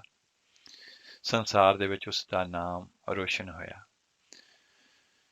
ਉਸ ਸਮੇਂ ਦੇ ਨਜ਼ਾਰੇ ਨੂੰ ਵੇਖ ਕੇ ਮੌਜੂਦਾ ਲੋਕਾਂ ਦੇ ਵਿੱਚੋਂ ਘੱਟੋ ਘੱਟ 50% ਲੋਕ ਗੁਰੂ ਜੀ ਦੇ ਪੈਰੋਕਾਰ ਬਣ ਗਏ ਸਨ। ਇਹ ਸੁਣ ਕੇ ਪਿਤਾ ਜੀ ਮੇਰੇ ਵੱਲ ਖਾਮੋਸ਼ ਹੋ ਕੇ ਦੇਖਦੇ ਰਹੇ। ਮੈਂ ਵਾਪਸ ਮੱਕਾ ਜਾਣ ਦੀ ਇਜਾਜ਼ਤ ਮੰਗੀ। ਕੁਝ ਠਾਲ ਮਠੋਲ ਤੋਂ ਬਾਅਦ ਆਪ ਵੀ ਮੱਕਾ ਜਾਣ ਲਈ ਤਿਆਰ ਹੋ ਗਏ। ਮੱਕਾ ਪਹੁੰਚ ਕੇ ਦੂਸਰੇ ਦਿਨ ਸਭ ਤੋਂ ਪਹਿਲਾਂ ਮੈਂ ਗੁਰੂ ਘਰਾਂ ਦੇ ਦਰਸ਼ਨ ਕੀਤੇ, ਜਿੱਥੇ ਜੈਨਲਬੋਦੀਨ ਦੇ ਖਾਨਦਾਨ ਦੇ ਵਿੱਚ ਮਸ਼ਹੂਰ ਸ਼ਖਸੀਅਤ ਮਹਿਬੂਬ ਰਹਿਮਾਨ ਅਤੇ ਬੁੱਧ ਖਾਨਦਾਨ ਦੇ ਵਿੱਚੋਂ ਅਹਿਮਦ ਸਾਦੀਕ, ਜੋ ਗੁਰੂ ਜੀ ਦੇ ਪੈਰੋਕਾਰ ਸਨ, ਪਿਤਾ ਜੀ ਦੇ ਨਾਲ ਉਹਨਾਂ ਦੀ ਮੁਲਾਕਾਤ ਕਰਵਾਈ। ਉਹਨਾਂ ਦੇ ਬਜ਼ੁਰਗਾਂ ਦੀ ਗੁਰੂ ਨਾਨਕ ਸਾਹਿਬ ਜੀ ਮਹਾਰਾਜ ਦੇ ਨਾਲ ਕਿਵੇਂ ਮੁਲਾਕਾਤ ਹੋਈ ਉਹਨਾਂ ਦੇ ਪੈਰੋਕਾਰ ਬਣਨ ਦੀ ਦਾਸਤਾਨ ਸੁਣ ਕੇ ਪਿਤਾ ਜੀ ਬੜੇ ਖੁਸ਼ ਹੋਏ। ਉਹਨਾਂ ਦੇ ਸਾਹਮਣੇ ਗੁਰੂ ਜੀ ਦੀ ਬਹੁਤ ਹੀ ਭਾਵਪੂਰਤ ਲਫ਼ਜ਼ਾਂ ਦੇ ਨਾਲ ਤਾਰੀਫ ਕੀਤੀ ਅਤੇ ਕਿਹਾ ਹਰ ਮੁਸਲਮਾਨ ਨੂੰ ਗੁਰੂ ਜੀ ਦੇ ਰਾਸਤੇ ਤੇ ਚੱਲਣਾ ਚਾਹੀਦਾ ਹੈ। ਦੂਸਰੇ ਦਿਨ ਆਪਣਾ ਸਾਰਾ ਸਮਾਨ ਬੰਦ ਕਰਕੇ ਵਾਪਸ ਪੰਜਾਬ ਜਾਣ ਦੀ ਇਜਾਜ਼ਤ ਮੰਗੀ ਤੇ ਉਹਨਾਂ ਨੇ ਜ਼ੋਰ ਦੇ ਕੇ ਕਿਹਾ ਹਜ ਤੋਂ ਬਾਅਦ ਜਾਣਾ, ਪਰ ਮੇਰਾ ਹੱਠ ਵੇਖ ਕੇ ਇਜਾਜ਼ਤ ਦੇ ਦਿੱਤੀ ਅਤੇ ਕਿਹਾ ਬੇਟਾ ਰਸਤੇ ਦੇ ਵਿੱਚ ਜੱਦਾ, ਅਦਨ ਤੇ ਕਰਾਚੀ ਆਦਿ ਵਿੱਚ ਜ਼ਿਆਦਾ ਸਮਾਂ ਨਹੀਂ ਰੁਕਣਾ, ਸਿੱਧੇ ਘਰ ਜਾਣਾ। ਮੈਂ ਵੀ ਹਜ ਤੋਂ ਬਾਅਦ ਜਲਦੀ ਆ ਜਾਵਾਂਗਾ। ਮੇਰੇ ਘਰ ਆਉਣ ਤੇ ਤੁਸੀਂ ਘਰ ਹੋਣੇ ਚਾਹੀਦੇ ਹੋ। ਪਿਤਾ ਜੀ ਨੇ ਮੈਨੂੰ ਰੁਖਸਤ ਕਰਨ ਸਮੇਂ 1 ਮੀਲ ਤੱਕ ਮੇਰੇ ਨਾਲ ਤੁਰੇ। ਇੱਥੋਂ ਚੱਲ ਕੇ ਮੈਂ ਜੱਦੇ ਪਹੁੰਚਿਆ। ਤੇ ਇਸ ਤਰ੍ਹਾਂ ਕਰਦੇ ਹਾਂ, ਅਗਲਾ ਜਿਹੜਾ ਹੈ ਗੀਤ ਹੈ ਉਹ ਸੁਣਦੇ ਹਾਂ ਤੇ ਉਸ ਤੋਂ ਬਾਅਦ ਇਹ ਜਿਹੜਾ ਬਾਕੀ ਦਾ ਰਹਿੰਦਾ ਹੈ, ਜਿਹੜੀ ਸਾਖੀ ਹੈ ਉਹ ਆਪ ਜੀ ਦੇ ਨਾਲ ਸਾਂਝੀ ਕਰਾਂਗੇ।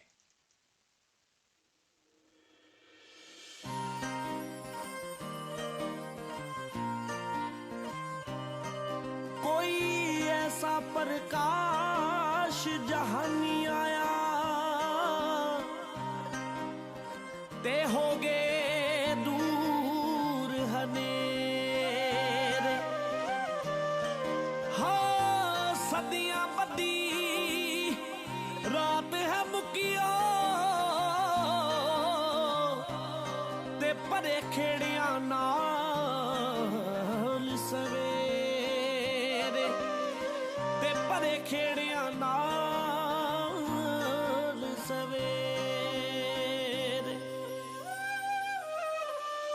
होण मुबारक सब नूं ए जो घड़ियां आईयां जी, होण मुबारक सब नूं ए जो घड़ियां आईयां जी।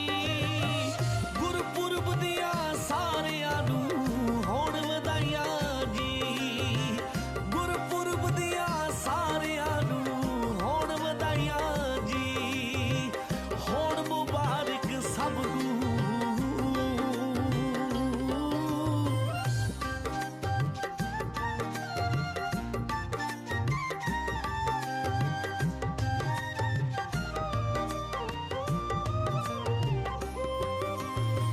जग नूं तारन वाला जग ते आप आया, बाणी रूप च करने सब नूं जाप लाया। जग नूं तारन वाला जग ते आप आया, बाणी रूप च करने सब नूं जाप लाया। सुकियां कलियां देखियां मैं जो, सुकियां कलियां देखियां मैं जो, फिर महकाइयां जी। गुरपुरब दियां सारियां नूं होण वधाइयां जी, गुरपुरब दियां सारियां नूं होण वधाइयां जी। होण मुबारक सब नूं।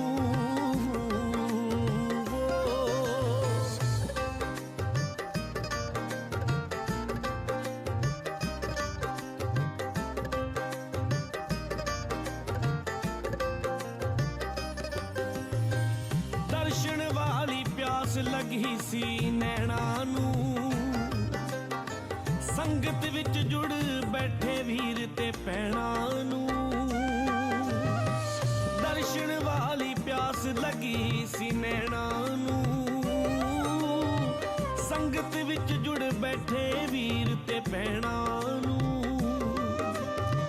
धन गुरु ते धन गुरु दियां, धन गुरु ते धन गुरु दियां किरत कमाइयां जी। गुरपुरब दियां सारियां नूं होण वधाइयां जी, गुरपुरब दियां सारियां नूं होण वधाइयां जी। होण मुबारक सब नूं हो। सारी दुनिया नालों उच्चा, सारी दुनिया नालों उच्चा गुरु नानक दा दर जिंदड़ीए। जिंदड़ीए रब रब करया कर, जिंदड़ीए रब रब करया कर, रब रब करया कर। ਹਾਂਜੀ, ਇਹ ਸਨ ਰਣਜੀਤ ਬਾਵਾ ਜਿਨ੍ਹਾਂ ਦੀ ਆਵਾਜ਼ ਦੇ ਵਿੱਚ ਇਹ ਗੀਤ ਸੁਣਿਆ ਸੀ। ਤੇ ਜਿਹੜਾ ਬਾਕੀ ਦਾ ਬਚਦਾ ਲੇਖ ਹੈ ਉਹ ਅਸੀਂ ਕੋਸ਼ਿਸ਼ ਕਰਾਂਗੇ ਕਿ ਅੱਜ ਸਮਾਪਤ ਕਰ ਸਕੀਏ। ਤੇ ਉਹ ਦੱਸਦੇ ਨੇ ਕਿ ਉਹਨਾਂ ਨੇ ਜਿਹੜਾ ਹੈ ਪੰਜਾਬ ਤੋਂ ਨੂੰ ਜਾਣੀ ਕਿ ਘਰ ਮੁੜਨ ਦੇ ਲਈ ਉਹਨਾਂ ਨੇ ਆਪਣੇ ਪਿਤਾ ਜੀ ਨੂੰ ਕਿਵੇਂ ਜਿਹੜੀ ਬੇਨਤੀ ਕੀਤੀ, ਤੇ ਉਹਨਾਂ ਦੇ ਪਿਤਾ ਜੀ ਨੇ ਠੀਕ ਹੈ ਉਹਨਾਂ ਨੂੰ ਮੰਨ ਕੇ ਕਿਹਾ ਵੀ ਮੇਰੇ ਆਉਣ ਤੋਂ ਘਰ ਹੋਣੇ ਚਾਹੀਦੇ ਹਨ ਤੁਸੀਂ, ਤੇ ਤੁਸੀਂ ਸਿੱਧੇ ਘਰ ਜਾਇਓ। ਤੇ ਉਹ ਲਿਖਦੇ ਨੇ ਕਿ ਉਹ ਜੱਦੇ ਵਾਲੀ ਜਿਹੜੀ ਜਗ੍ਹਾ ਹੈ ਉੱਥੇ ਪਹੁੰਚੇ। ਇੱਥੇ ਗੁਰੂ ਨਾਨਕ ਸਾਹਿਬ ਦਾ ਅਲੀਸ਼ਾਨ ਗੁਰਦੁਆਰਾ ਸੀ ਜਿਸ ਦਾ ਪ੍ਰਬੰਧ ਜਨਾਬ ਵਾਲਿਦ ਇਬਨੇ ਸਾਹਿਬ ਕਰ ਰਹੇ ਸਨ। ਉਹ ਬਹੁਤ ਹੀ ਨੇਕ ਰਹਿਮ ਦਿਲ ਇਨਸਾਨ ਸਨ ਤੇ ਹਰ ਸਮੇਂ ਜਪਜੀ ਸਾਹਿਬ ਦਾ ਪਾਠ ਕਰਦੇ ਰਹਿੰਦੇ ਸਨ। ਉਹਨਾਂ ਨੇ ਦੱਸਿਆ ਕਿ ਹਰ ਪੂਰਨਮਾਸ਼ੀ ਨੂੰ ਕਰਾਚੀ ਦੇ ਸੱਚਖੰਡ ਦਰਬਾਰ ਜਾਂਦੇ ਨੇ ਜਿਸ ਦਾ ਪ੍ਰਬੰਧ ਗੁਰੂ ਨਾਨਕ ਦੇਵ ਜੀ ਦੇ ਸਿੰਧੀ ਪੈਰੋਕਾਰਾਂ ਵੱਲ ਦੇ ਹੱਥ ਹੈ। ਉਹਨਾਂ ਦੇ ਨਾਲ ਰਹਿ ਕੇ ਮੇਰੇ ਦਿਲ ਨੂੰ ਬਹੁਤ ਸਕੂਨ ਮਿਲਿਆ। ਉਹਨਾਂ ਨੇ ਕਿਹਾ ਕਿ ਖੁਦਾਵੰਦ ਕਰੀਮ ਖੁਦ ਨਾਨਕ ਨਾਮ ਰੱਖ ਕੇ ਇਸ ਸੰਸਾਰ ਦੇ ਵਿੱਚ ਲੋਕਾਂ ਨੂੰ ਨਿਜਾਤ ਪਾਉਣ ਦਾ ਸਿੱਧਾ ਰਸਤਾ ਦੱਸਣ ਲਈ ਆਏ ਸਨ। ਪਰ ਅਫਸੋਸ ਕਿ ਕਲਯੁਗ ਦੇ ਵਿੱਚ ਸਫ਼ਰ ਦੇ ਵਿੱਚ ਬਹੁਤ ਘੱਟ ਲੋਕ ਉਹਨਾਂ ਦੀ ਸੱਚਾਈ ਨੂੰ ਪਛਾਣ ਸਕੇ। ਉਸ ਤੋਂ ਬਾਅਦ ਮੈਂ 2 ਮਈ 1930 ਨੂੰ ਆਪਣੇ ਘਰ ਮੀਰਪੁਰ ਕਸ਼ਮੀਰ ਪਹੁੰਚਿਆ। ਪਿਤਾ ਜੀ ਦੇ ਘਰ ਆਉਣ ਤੋਂ ਬਾਅਦ ਮੈਂ ਸੱਚ ਦੀ ਤਲਾਸ਼ ਦੇ ਵਿੱਚ ਲਾਹੌਰ ਗਿਆ। ਸੈਯਦ ਪ੍ਰਿਥੀਪਾਲ ਸਿੰਘ ਦੀ ਦਾਸਤਾਨੇ ਹਕੀਕਤ। ਲਾਹੌਰ ਪਹੁੰਚ ਕੇ ਮੈਂ ਦਾਤਾਗੰਜ ਬਖਸ਼ ਸਰਾਂ ਦੇ ਵਿੱਚ ਨਿਵਾਸ ਕੀਤਾ। ਇੱਥੇ ਨੇੜੇ ਹੀ ਆਰੀਆ ਸਮਾਜ ਦੇ ਗੁਰਦਿੱਤ ਭਵਨ ਸਟੋਰ ਸੀ। ਉਸ ਧਰਮ ਅਤੇ ਸਨਾਤਨ ਧਰਮ ਦੇ 1 ਮਹੀਨੇ ਅਧਿਐਨ ਮੈਂ ਕੀਤਾ ਤੇ ਉਹ ਧਰਮ ਮੈਨੂੰ ਕੀਲ ਨਾ ਸਕਿਆ। ਮੈਂ ਗਿਰਜੇ ਦੇ ਪਾਦਰੀਆਂ ਦੇ ਨਾਲ ਵੀ ਵਿਚਾਰ ਵਟਾਂਦਰਾ ਕੀਤਾ ਪਰ ਦਿਲ ਨੇ ਕਬੂਲ ਨਾ ਕੀਤਾ। ਇੰਨੇ ਨੂੰ ਘਰ ਤੋਂ ਆਏ 3 ਮਹੀਨੇ ਹੋ ਗਏ ਸਨ। ਦਿਲ ਬੜਾ ਪਰੇਸ਼ਾਨ ਸੀ। ਇਸੇ ਪਰੇਸ਼ਾਨੀ ਦੇ ਵਿੱਚ ਜੁੰਮੇ ਨੂੰ ਜਾਮੀਆ ਮਸੀਤ ਦੇ ਵਿੱਚ ਨਮਾਜ਼ ਪੜ੍ਹਨ ਲਈ ਮਨ ਬਣਾਇਆ। ਉੱਥੇ ਨਮਾਜ਼ ਪੜ੍ਹਦੇ ਮੈਨੂੰ ਆਕਾਸ਼ਬਾਣੀ ਹੋਈ ਜਿਸ ਵਿੱਚ ਕਈ ਤਰ੍ਹਾਂ ਦੀਆਂ ਹਦਾਇਤਾਂ ਹੋਈਆਂ ਕਿ ਮੈਂ ਨਮਾਜ਼ ਵਿੱਚੇ ਹੀ ਛੱਡ ਕੇ ਮਸੀਤ ਤੋਂ ਬਾਹਰ ਆ ਗਿਆ ਤੇ 12 ਦੀਆਂ ਪੌੜੀਆਂ ਤੇ ਬੈਠ ਕੇ ਆਕਾਸ਼ਬਾਣੀ ਬਾਰੇ ਡੂੰਘੀ ਸੋਚ ਦੇ ਵਿੱਚ ਹੀ ਸਾਂ ਤੇ ਸਾਹਮਣੇ ਇੱਕ ਵੱਡੀ ਉਮਰ ਦਾ ਸਿੱਖ ਭਾਈ ਆਇਆ। ਉਸ ਕੋਲੋਂ ਪੁੱਛਿਆ, ਆਪ ਕਿੱਧਰ ਜਾ ਰਹੇ ਹੋ? ਜਵਾਬ ਮਿਲਿਆ, ਗੁਰਦੁਆਰੇ। ਮੈਂ ਕਿਹਾ, ਮੈਂ ਉੱਥੇ ਜਾ ਸਕਦਾ ਹਾਂ? ਉਹਨਾਂ ਨੇ ਕਿਹਾ, ਕਿਸੇ ਨੂੰ ਵੀ ਜਾਣ ਦੀ ਮਨਾਹੀ ਨਹੀਂ। ਮੈਂ ਉਹਨਾਂ ਦੇ ਨਾਲ ਤੁਰ ਪਿਆ। ਗੁਰਦੁਆਰਾ ਸਾਹਿਬ ਪਹੁੰਚ ਕੇ ਉਹ ਅੰਦਰ ਚਲੇ ਗਏ ਪਰ ਮੈਨੂੰ ਸੇਵਾਦਾਰ ਨੇ ਰੋਕ ਦਿੱਤਾ ਤੇ ਪੁੱਛਿਆ, ਕੋਈ ਨਸ਼ੀਲੀ ਚੀਜ਼, ਸਿਗਰਟ, ਬੀੜੀ, ਤੰਬਾਕੂ ਆਦਿ ਤਾਂ ਨਹੀਂ ਨਾਲ? ਨਾਂ ਦੇ ਵਿੱਚ ਜਵਾਬ ਦਿੱਤਾ ਤਾਂ ਉਸਨੇ ਮੈਨੂੰ ਅੰਦਰ ਜਾਣ ਦਿੱਤਾ। ਅੰਦਰ ਜਾ ਕੇ ਮੈਂ ਉਸ ਬਜ਼ੁਰਗ ਦੀ ਤਲਾਸ਼ ਕੀਤੀ ਜਿਸ ਦੇ ਨਾਲ ਆਇਆ ਸਾਂ ਪਰ ਉਹ ਨਾ ਮਿਲੇ। ਗੁਰਦੁਆਰਾ ਸਾਹਿਬ ਦੇ ਵਿੱਚ ਫੋਟੋਆਂ ਨੂੰ ਦੇਖਿਆ। ਸੇਵਾਦਾਰ ਤੋਂ ਪੁੱਛਿਆ ਕਿ ਗੁਰਦੁਆਰੇ ਦਾ ਪ੍ਰਧਾਨ ਕੌਣ ਹੈ? ਉਹਨਾਂ ਨੇ ਕਿਹਾ, ਜਥੇਦਾਰ ਅਛਰ ਸਿੰਘ ਅਤੇ ਉਹਨਾਂ ਦੀ ਰਿਹਾਇਸ਼ ਮਹਾਰਾਜਾ ਰਣਜੀਤ ਸਿੰਘ ਦੀ ਸਮਾਧੀ ਲਾਗੇ ਹੈ। ਮੈਂ ਜਥੇਦਾਰ ਜੀ ਦੇ ਘਰ ਗਿਆ ਤੇ ਬੇਨਤੀ ਕੀਤੀ ਕਿ ਮੈਂ ਸਿੱਖ ਧਰਮ ਬਾਰੇ ਜਾਣਕਾਰੀ ਲੈਣੀ ਹੈ। ਉਹਨਾਂ ਨੇ ਮੈਨੂੰ ਪਿਆਰ ਦੇ ਨਾਲ ਕੋਲ ਬਿਠਾਇਆ ਤੇ ਮੇਰੇ ਬਹੁਤ ਸਾਰੇ ਸਵਾਲਾਂ ਦੇ ਤਸੱਲੀ ਬਖਸ਼ ਜਵਾਬ ਦਿੱਤੇ। ਅਖੀਰ ਉਹਨਾਂ ਨੇ ਕਿਹਾ, ਤੁਹਾਡਾ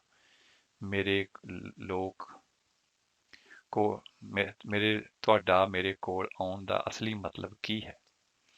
ਮੈਂ ਉਹਨਾਂ ਨੂੰ ਕਿਹਾ ਕਿ ਮੇਰਾ ਯਕੀਨ ਹੈ ਕਿ ਸਿੱਖ ਧਰਮ ਹੀ ਵਾਹਿਦ ਇੱਕ ਖੁਦਾ ਦੀ ਭਗਤੀ ਰਾਹੀਂ ਆਵਾਗਮਨ ਤੋਂ ਮੁਕਤੀ ਪਾ ਸਕਣ ਦਾ ਤਰੀਕਾ ਹੈ। ਇਸ ਲਈ ਮੈਂ ਸਿੱਖ ਧਰਮ ਗ੍ਰਹਿਣ ਕਰਨਾ ਚਾਹੁੰਦਾ ਹਾਂ। ਉਹਨਾਂ ਨੇ ਮੇਰੇ ਲਿਬਾਸ, ਕੁੱਲੇਬਾਜ਼ ਸਿਕੰਦਰੀ ਧੁਰਾ ਤੇ ਮੇਰੀ ਸ਼ਕਲ ਦੇਖਦੇ ਹੋਏ ਕਿਹਾ, ਸਾਇਦ ਸਾਹਿਬ, ਆਪ ਅਮੀਰ ਖਾਨਦਾਨ ਦੇ ਵਿੱਚੋਂ ਹੋ। ਸਿੱਖੀ ਇੱਕ ਗਰੀਬ ਜ਼ਿੰਦਗੀ ਹੈ। ਇਹਦੇ ਵਿੱਚ ਜਿਸਮ, ਮਨ ਤੇ ਧਨ ਦੌਲਤ ਸਭ ਕੁਝ ਕੁਰਬਾਨ ਕਰਨਾ ਪੈਂਦਾ ਹੈ। ਇਸ ਲਈ ਆਪ ਇਸ ਰਸਤੇ ਤੇ ਨਹੀਂ ਚੱਲ ਸਕਦੇ। ਸਿੱਖ ਧਰਮ ਅਪਣਾਉਣ ਦਾ ਖਿਆਲ ਛੱਡ ਦੇਵੋ। ਮੈਂ ਅੱਖਾਂ ਦੇ ਵਿੱਚੋਂ ਹੰਝੂ ਕੇਰਦੇ ਹੋਏ ਕਿਹਾ, ਮੈਂ ਤਾਂ ਬੜੀ ਦੇਰ ਤੋਂ ਸੱਚੇ ਰਸਤੇ ਦੀ ਤਲਾਸ਼ ਦੇ ਵਿੱਚ ਪਰੇਸ਼ਾਨ ਹਾਂ। ਮੈਂ ਸਿੱਖ ਧਰਮ ਵਿੱਚ ਆਉਣ ਲਈ ਹਰ ਤਰ੍ਹਾਂ ਦੀ ਕੁਰਬਾਨੀ ਕਰਨ ਲਈ ਤਿਆਰ ਹਾਂ। ਮੇਰਾ ਸਿਰ ਤਲੀ ਤੇ ਹੀ ਦੇਖੋਗੇ। ਤਕਰੀਬਨ 4 ਘੰਟੇ ਦੀ ਗਿਆਨ ਚਰਚਾ ਤੋਂ ਬਾਅਦ ਉਹ ਉੱਠ ਕੇ ਚਲੇ ਗਏ। ਜਾਂਦੇ ਹੋਏ ਕਹਿ ਗਏ, ਸ਼ਾਹ ਜੀ, ਸਿੱਖੀ ਬਹੁਤ ਬਰੀਕ ਤੇ ਮੁਸ਼ਕਲ ਰਸਤਾ ਹੈ। ਜਥੇਦਾਰ ਦੇ ਜਾਣ ਤੋਂ ਬਾਅਦ ਮੈਂ ਕਾਫੀ ਦੇਰ ਤੱਕ ਉੱਥੇ ਹੀ ਬੈਠਾ ਕਈ ਖਿਆਲਾਂ ਵਿੱਚ ਡੁੱਬਿਆ ਰਿਹਾ। ਆਖਰ ਫੈਸਲਾ ਕੀਤਾ, ਕੋਈ ਬਾਤ ਨਹੀਂ, ਜਦ ਤੱਕ ਸੱਚੀ ਦਰਗਾਹ ਤੋਂ ਖੈਰ ਨਹੀਂ ਪਏਗੀ ਡਰ ਨਹੀਂ ਛੱਡਾਂਗਾ। ਦੂਸਰੇ ਦਿਨ ਸਵੇਰੇ 6 ਵਜੇ ਉਸੇ ਥਾਂ ਜਿੱਥੇ ਕੱਲ ਬੈਠਿਆ ਸੀ, ਮਹਾਰਾਜਾ ਰਣਜੀਤ ਸਿੰਘ ਦੀ ਸਮਾਧੀ ਦੇ ਲਾਗੇ ਜਥੇਦਾਰ ਅਛਰ ਸਿੰਘ ਗੁਰਦੁਆਰੇ ਵੱਲੋਂ ਕਾਫੀ ਦੇਰ ਬਾਅਦ ਆਏ ਤੇ ਮੈਂ ਕਿਹਾ, ਮੈਂ ਬਾਬੇ ਨਾਨਕ ਦੇ ਰਾਹ ਦਾ ਪ੍ਰਵਾਨਾ ਹਾਂ। ਇਹ ਦੇਖੋ ਕਿਤਾਬ ਸਾਹਿਤਿਓ ਬਾਬਾ ਨਾਨਕ ਫਕੀਰ, ਜੋ ਮੈਂ ਅਰਬ ਫੇਰੀ ਸਮੇਂ ਆਪਣੇ ਨਾਲ ਉੱਥੋਂ ਲੈ ਆਇਆ ਹਾਂ। ਮੈਨੂੰ ਆਪਣੇ ਕਦਮਾਂ ਵਿੱਚ ਥੈਂ ਦੇਵੋ ਤੇ ਸਿੱਖ ਧਰਮ ਵਿੱਚ ਸ਼ਾਮਲ ਕਰੋ। ਕਿਤਾਬ ਪੜ੍ਹਦੇ ਹੋਏ ਉਹਨਾਂ ਨੂੰ ਮੇਰੇ ਤੇ ਰਹਿਮ ਆਇਆ ਤੇ ਮੈਨੂੰ ਕਿਹਾ, ਤੁਹਾਨੂੰ ਪਰਿਵਾਰ ਸਮੇਤ ਅੰਮ੍ਰਿਤਪਾਨ ਕਰਵਾਇਆ ਜਾਵੇਗਾ ਤੇ ਆਪਣੇ ਪਰਿਵਾਰ ਨੂੰ ਲਿਆਉਣ ਵਾਸਤੇ ਕਿਹਾ। ਮੈਂ ਆਪਣੇ ਘਰ ਮੀਰਪੁਰ ਕਸ਼ਮੀਰ ਆਇਆ ਅਤੇ ਕੁਝ ਜ਼ਰੂਰੀ ਸਮਾਨ ਲੈ ਕੇ ਕਿਸੇ ਨੂੰ ਦੱਸੇ ਬਗੈਰ ਹੀ ਰਾਤ ਨੂੰ ਆਪਣੀ ਬੇਗਮ ਗੁਲਜ਼ਾਰ ਬੇਗਮ ਅਤੇ ਕਰੀਬ 5 ਸਾਲ ਦੇ ਬੇਟੇ ਮਹਿਮੂਦ ਨਜੀਰ ਨੂੰ ਲੈ ਕੇ ਗੁਰਦੁਆਰਾ ਡੇਰਾ ਸਾਹਿਬ ਲਾਹੌਰ ਵੱਲ ਚੱਲ ਪਿਆ। ਜਦੋਂ ਲਾਹੌਰ ਤੋਂ ਪਹਿਲਾਂ ਕਾਪੂ ਕੀ ਸਟੇਸ਼ਨ ਆਇਆ ਤਾਂ ਮੈਂ ਆਪਣੀ ਬੇਗਮ ਨੂੰ ਕਿਹਾ ਕਿ ਹੁਣ ਲਾਹੌਰ ਆਉਣ ਵਾਲਾ ਹੈ। ਉਸ ਸਮੇਂ ਮੈਨੂੰ ਖਿਆਲ ਆਇਆ ਕਿ ਅਰਬੀ ਦੀ ਪੜ੍ਹਾਈ ਲਾਹੌਰ ਦੇ ਵਿੱਚ ਕੀਤੀ ਸੀ। ਇੱਥੇ ਬਹੁਤੇ ਲੋਕੀ ਮੈਨੂੰ ਜਾਣਦੇ ਹਨ। ਜੇਕਰ ਕਿਸੇ ਨੇ ਮੈਨੂੰ ਤੇ ਬੁਰਕੇ ਦੇ ਵਿੱਚ ਮੇਰੀ ਔਰਤ ਨੂੰ ਗੁਰਦੁਆਰੇ ਦਾਖਲ ਹੁੰਦਾ ਵੇਖ ਲਿਆ ਤਾਂ ਕੀ ਬਣੇਗਾ। ਇਸ ਲਈ ਫੈਸਲਾ ਹੋਇਆ ਕਿ ਲਾਹੌਰ ਤੋਂ ਹੀ ਪਹਿਲਾਂ ਸਾਦਰਾ ਸਟੇਸ਼ਨ ਹੈ, ਉੱਥੇ ਮੇਰਾ ਇੱਕ ਸ਼ਾਗਿਰਦ ਇਮਾਮਦੀਨ ਸ਼ਾਹ ਫੋਰਮੈਨ ਹੈ, ਉਸ ਦੇ ਘਰ ਠਹਿਰ ਕੇ ਅੱਗੇ ਦਾ ਪ੍ਰੋਗਰਾਮ ਬਣਾ ਲਿਆ ਜਾਵੇਗਾ। ਸ਼ਾਦਰਾ ਉਤਰ ਕੇ ਇਮਾਮਦੀਨ ਸ਼ਾਹ ਦੇ ਘਰ ਗਏ। ਪੀਰ ਜਾਣ ਕੇ ਉਹਨਾਂ ਨੇ ਬੜਾ ਸਵਾਗਤ ਕੀਤਾ। ਬੱਚੇ ਤੇ ਔਰਤ ਨੂੰ ਉੱਥੇ ਹੀ ਛੱਡ ਕੇ ਆਪਣੀ ਟਾਂਗੇ ਦੇ ਵਿੱਚ ਸਵਾਰ ਹੋ ਕੇ ਮੈਂ ਗੁਰਦੁਆਰਾ ਡੇਰਾ ਸਾਹਿਬ ਪਹੁੰਚਿਆ। ਉੱਥੇ ਜਥੇਦਾਰ ਜੀ ਨੂੰ ਮਿਲਿਆ। ਉਹਨਾਂ ਕਿਹਾ ਕਿ ਕੱਲ ਐਤਵਾਰ ਨੂੰ ਅੰਮ੍ਰਿਤਸਰ ਸ੍ਰੀ ਅਕਾਲ ਤਖਤ ਸਾਹਿਬ ਵਿਖੇ ਅੰਮ੍ਰਿਤ ਸੰਚਾਰ ਹੋਣਾ ਹੈ, ਉੱਥੇ ਪਹੁੰਚੋ, ਅਸੀਂ ਤੁਹਾਨੂੰ ਅੰਮ੍ਰਿਤਪਾਨ ਕਰਵਾ ਦੇਵਾਂਗੇ। ਰਾਤ ਇਮਾਮਦੀਨ ਦੇ ਘਰ ਰਹਿ ਕੇ ਸਵੇਰੇ ਸ਼ਾਰਦਾ ਸਟੇਸ਼ਨ ਆ ਗਏ। ਬੇਗਮ ਨੂੰ ਪਲੇਟਫਾਰਮ ਤੇ ਬਿਠਾ ਕੇ ਮੈਂ ਟਿਕਟ ਲੈਣ ਲਈ ਗਿਆ। ਬੇਗਮ ਬੁਰਕਾ ਪਹਿਨ ਕੇ ਬੱਚੇ ਨੂੰ ਝੋਲੀ ਵਿੱਚ ਲੈ ਕੇ ਬੈਠੀ ਸੀ। ਖੱਬੇ ਪਾਸੇ ਚਮੜੇ ਦਾ ਸੂਟ ਕੇਸ ਰੱਖਿਆ ਹੋਇਆ ਸੀ। ਮੇਰੇ ਵਾਪਸ ਆਉਣ ਤੇ ਮੈਂ ਦੇਖਿਆ ਕਿ ਸੂਟ ਕੇਸ ਗੁੰਮ ਸੀ। ਇਹ ਸੂਟ ਕੇਸ ਕਿਸੇ ਨੇ ਚੋਰੀ ਕਰ ਲਿਆ ਸੀ। ਇਸ ਦੇ ਵਿੱਚ 700 ਰੁਪਏ, ਬੇਗਮ ਦੇ ਸਾਰੇ ਜੇਵਰ ਅਤੇ ਹੋਰ ਕੀਮਤੀ ਸਮਾਨ ਸੀ। ਪੁਲਿਸ ਕੋਲ ਰਿਪੋਰਟ ਲਿਖਾਈ ਗਈ। ਸਾਰਾ ਦਿਨ ਚੋਰੀ ਦੀ ਤਲਾਸ਼ ਵਿੱਚ ਨਿਕਲ ਗਿਆ।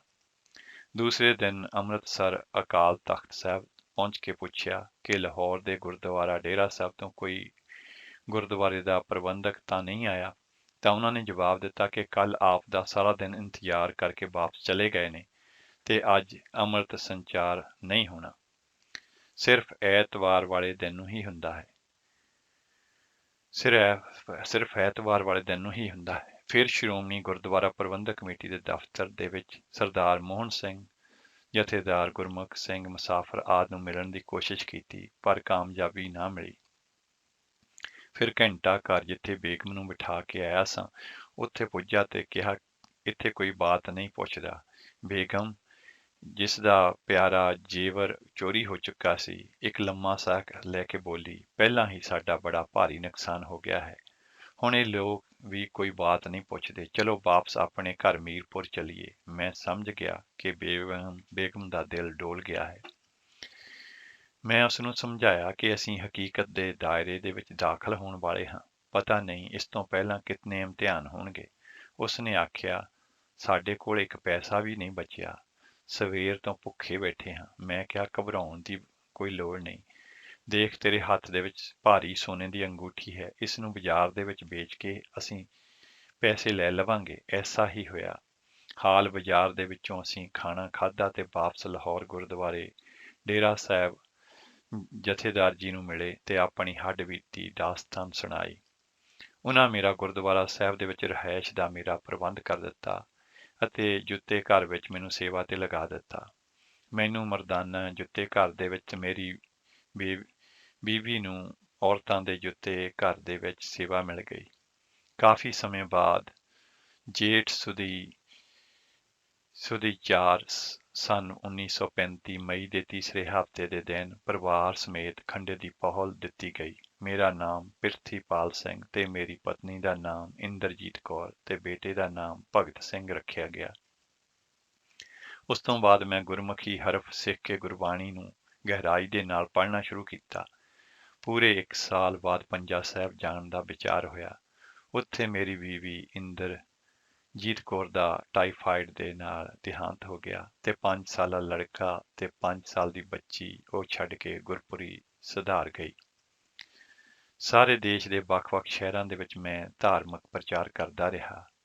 ਸਿੱਖ ਪੰਥ ਦੇ ਕੰਮਾਂ ਤੇ ਮੋਰਚਿਆਂ ਦੇ ਵਿੱਚ ਮੋਹਰੀ ਹੋ ਕੇ ਖਿਦਮਤ ਕਰਦਾ ਰਿਹਾ। ਪਿਰਥੀਪਾਲ ਸਿੰਘ ਨੇ ਸ਼ਹੀਦਗੰਜ ਲਾਹੌਰ ਦੇ ਮੋਰਚੇ ਦੇ ਵਿੱਚ ਅਹਿਮ ਭੂਮਿਕਾ ਨਿਭਾਈ ਸੀ। ਅਖੀਰ ਆਪ ਜੀ 1968 ਈਸਵੀ ਦੇ ਵਿੱਚ ਕਾਨਪੁਰ ਯੂਪੀ ਦੇ ਵਿਖੇ ਆਪਣੀ ਜ਼ਿੰਦਗੀ ਦਾ ਸਫ਼ਰ ਪੂਰਾ ਕਰਕੇ ਪਰਮਾਤਮਾ ਦੇ ਚਰਨਾਂ ਦੇ ਵਿੱਚ ਜਾ ਵਿਰਾਜੇ।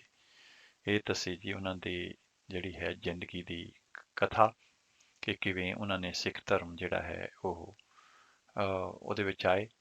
ਤੇ ਇਸ ਤਰ੍ਹਾਂ ਕਰਦੇ ਹਾਂ, ਅਗਲਾ ਜਿਹੜਾ ਹੈ ਗੀਤ ਹੈ ਉਹ ਸੁਣਦੇ ਹਾਂ।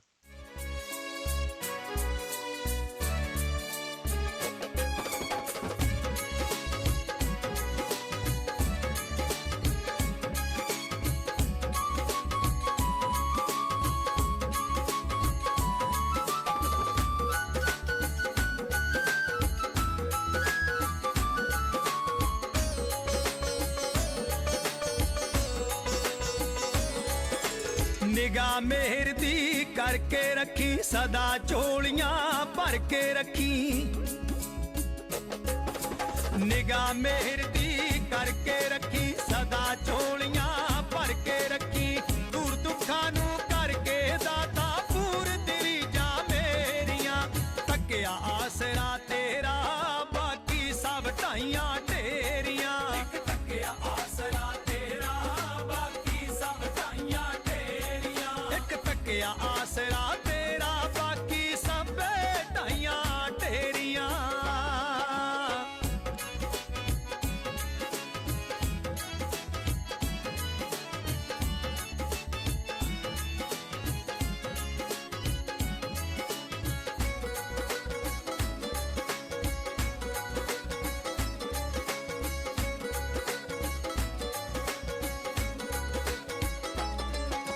ਕਣ ਕਣ ਦੇ ਵਿੱਚ ਵਾਸਾ ਤੇਰਾ, ਤੂੰ ਸਭਨਾਂ ਦਾ ਸਾਈਂ। ਔਖੇ ਸੌਖੇ ਰਾਹਾਂ ਉੱਤੇ ਦੇ ਕੇ ਹੱਥ ਬਚਾਈ। ਜ਼ਿੰਦਗੀ ਦੇ ਵਿੱਚ ਖੁਸ਼ੀਆਂ ਭਰ ਕੇ ਰੋਕ ਦੁੱਖਾਂ ਦੀਆਂ ਨੇਰੀਆਂ। ਜ਼ਿੰਦਗੀ ਦੇ ਵਿੱਚ ਖੁਸ਼ੀਆਂ ਭਰ ਕੇ ਰੋਕ ਦੁੱਖਾਂ ਦੀਆਂ ਨੇਰੀਆਂ। ਤੱਕਿਆ ਆਸਰਾ ਤੇਰਾ ਬਾਕੀ ਸਭ ਢਾਈਆਂ ਢੇਰੀਆਂ। ਤੱਕਿਆ ਆਸਰਾ ਤੇਰਾ ਬਾਕੀ ਸਭ ਢਾਈਆਂ ਢੇਰੀਆਂ। ਇੱਕ ਤੱਕਿਆ ਆਸਰਾ ਤੇਰਾ ਬਾਕੀ ਸਭ ਢਾਈਆਂ ਢੇਰੀਆਂ।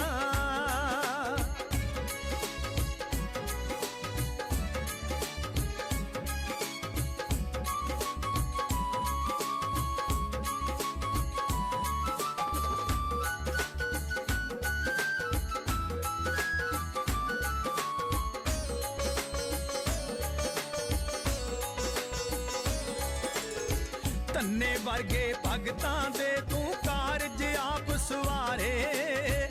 ਮੱਖਣ ਸ਼ਾਲ ਬਾਣੇ ਦੇ ਤੂੰ ਡੁੱਬਦੇ ਬੇੜੇ ਤਾਰੇ। ਮੇਰੇ ਤੇ ਵੀ ਹੁਣ ਸਵੱਲੀਆਂ ਨਜ਼ਰਾਂ ਹੋ ਜਾਣ ਤੇਰੀਆਂ। ਮੇਰੇ ਤੇ ਵੀ ਹੁਣ ਸਵੱਲੀਆਂ ਨਜ਼ਰਾਂ ਹੋ ਜਾਣ ਤੇਰੀਆਂ। ਇੱਕ ਤੱਕਿਆ ਆਸਰਾ ਤੇਰਾ ਬਾਕੀ ਸਭ ਢਾਈਆਂ ਢੇਰੀਆਂ। ਇੱਕ ਤੱਕਿਆ ਆਸਰਾ ਤੇਰਾ ਬਾਕੀ ਸਭ ਢਾਈਆਂ ਢੇਰੀਆਂ। ਬਸ ਤੱਕਿਆ ਆਸਰਾ ਤੇਰਾ ਬਾਕੀ ਸਭ ਢਾਈਆਂ ਢੇਰੀਆਂ।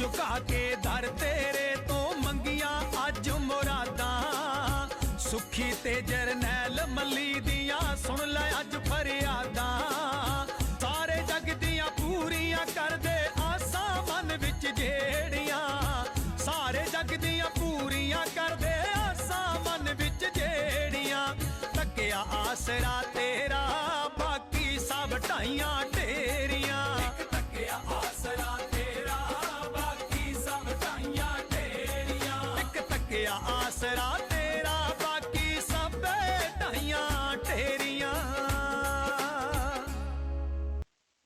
ਹਾਂਜੀ, ਇਹ ਸੀ ਸੁਖਵਿੰਦਰ ਸੁਖੀ ਜਿਨ੍ਹਾਂ ਦੀ ਆਵਾਜ਼ ਦੇ ਵਿੱਚ ਅਸੀਂ ਇਹ ਗੀਤ ਸੁਣਿਆ ਤੇ ਇੱਥੇ ਹੀ ਅਸੀਂ ਆਪ ਤੋਂ ਵਿਦਾਇਗੀ ਲੈਂਦੇ ਹਾਂ ਕਿਉਂਕਿ ਸਮਾਂ ਪ੍ਰੋਗਰਾਮ ਦਾ ਖਤਮ ਹੋਣ ਦਾ ਆ ਪਹੁੰਚਿਆ ਹੈ ਤੇ ਇਹ ਜਿਹੜੀਆਂ ਅਸੀਂ ਅੱਜ ਗੁਰੂ ਨਾਨਕ ਸਾਹਿਬ ਦਾ ਅਰਬ ਦੇਸ਼ਾਂ ਦਾ ਸਫ਼ਰਨਾਮਾ ਡਾਕਟਰ ਜਸਵੀਰ ਸਿੰਘ ਸਰਨਾ ਤੇ ਇਸੇ ਤਰ੍ਹਾਂ ਇਹਦਾ ਇੰਗਲਿਸ਼ ਟਰਾਂਸਲੇਸ਼ਨ ਜਿਹੜਾ ਹੈ ਤੇ ਉਹ ਅਸੀਂ ਇਹਨਾਂ ਦੇ ਲਿੰਕ ਜਿਹੜੇ ਨੇ ਜਿਹੜੀ YouTube ਦੇ ਉੱਤੇ ਅੱਜ ਦੀ ਦਾ ਪ੍ਰੋਗਰਾਮ ਪਾਵਾਂਗੇ ਉਹਦੇ ਵਿੱਚ ਪਾ ਦਿਆਂਗੇ ਅਗਰ ਕਿਸੇ ਨੇ ਡਾਊਨਲੋਡ ਕਰਕੇ ਉਹ ਆਪ ਪੜ੍ਹਨੀਆਂ ਹੋਣ ਇਹ ਕਿਤਾਬਾਂ ਤੇ ਪੜ੍ਹ ਸਕਦੇ ਹੋ ਤੇ ਅਗਰ ਆਪ ਜੀ ਨੇ ਪ੍ਰੋਗਰਾਮ ਜਿਹੜਾ ਹੈ YouTube ਦੇ ਉੱਤੇ ਸੁਣਨਾ ਹੋਵੇ ਤਾਂ ਤੁਸੀਂ ਗੂਗਲ ਤੇ ਸਿੱਖ ਵਿਰਸਾ ਪ੍ਰੋਗਰਾਮ ਸਰਚ ਕਰਕੇ ਜਿਹੜਾ ਹੈ ਉਹ ਪ੍ਰੋਗਰਾਮ ਨੂੰ ਲੱਭ ਸਕਦੇ ਹੋ ਤੇ ਇੱਥੇ ਹੀ ਅਸੀਂ ਆਪ ਤੋਂ ਵਿਦਾਇਗੀ ਲੈਂਦੇ ਹਾਂ ਹੋਈਆਂ ਗਲਤੀਆਂ ਭੁੱਲਾਂ ਚੁੱਕਾਂ ਦੀ ਖਿਮਾ ਦੀ ਜਾਚਨਾ ਕਰਦੇ ਹੋਏ ਫਤਿਹ ਬੁਲਾਉਂਦੇ ਹਾਂ ਜੀ। ਵਾਹਿਗੁਰੂ ਜੀ ਕਾ ਖਾਲਸਾ ਵਾਹਿਗੁਰੂ ਜੀ ਕੀ ਫਤਿਹ ਤੇ ਆਪ ਜੀ ਨੂੰ ਛੱਡ ਕੇ ਜਾ ਰਹੇ ਹਾਂ ਇਸ ਆਖਰੀ ਗੀਤ ਦੇ ਨਾਲ ਤੇ ਇਸ ਦੇ ਦੂਜੇ ਪਰ ਅਸੀਂ ਆਪ ਜੀ ਨੂੰ ਲੈ ਚਲਾਂਗੇ ਗੁਰਦੁਆਰਾ ਗੁਰੂ ਤੇਗ ਬਹਾਦਰ ਜੀ ਲੈਸਟਰ ਜਿੱਥੋਂ ਆਪ ਜੀ ਸਿੱਧਾ ਪ੍ਰਸਾਰਣ ਸਰਵਣ ਕਰੋਗੇ ਤੇ ਆਪਣਾ ਖਿਆਲ ਰੱਖਿਓ।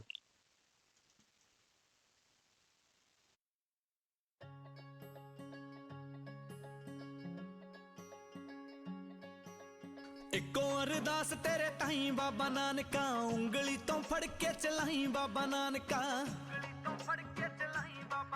ਹਾਂ ਇੱਕੋ ਅਰਦਾਸ ਤੇਰੇ ਤਾਈਂ ਬਾਬਾ ਨਾਨਕਾ ਉਂਗਲੀ ਤੋਂ ਫੜ ਕੇ ਚਲਾਈ ਬਾਬਾ ਨਾਨਕਾ ਕਿਤੇ ਪੈਸੇ ਦੀ ਪਰਤ ਚੜ ਜਾਏ ਕਿਤੇ ਪੈਸੇ ਦੀ ਪਰਤ ਚੜ ਜਾਏ ਮੈਂ ਕਿਤੇ ਬੰਦਾ ਹੀ ਨਾ ਅਜੀਬ ਹੋ ਜਾਵਾਂ ਵੇਖੀ ਇੰਨੀ ਵੀ ਅਮੀਰ ਨਾ ਦਈ ਕਿਤੇ ਦਿਲ ਤੋਂ ਗਰੀਬ ਹੋ ਜਾਵਾਂ ਬਾਬਾ ਇੰਨੀ ਵੀ ਅਮੀਰ ਨਾ ਦਈ ਕਿਤੇ ਦਿਲ ਤੋਂ ਗਰੀਬ ਹੋ ਜਾਵਾਂ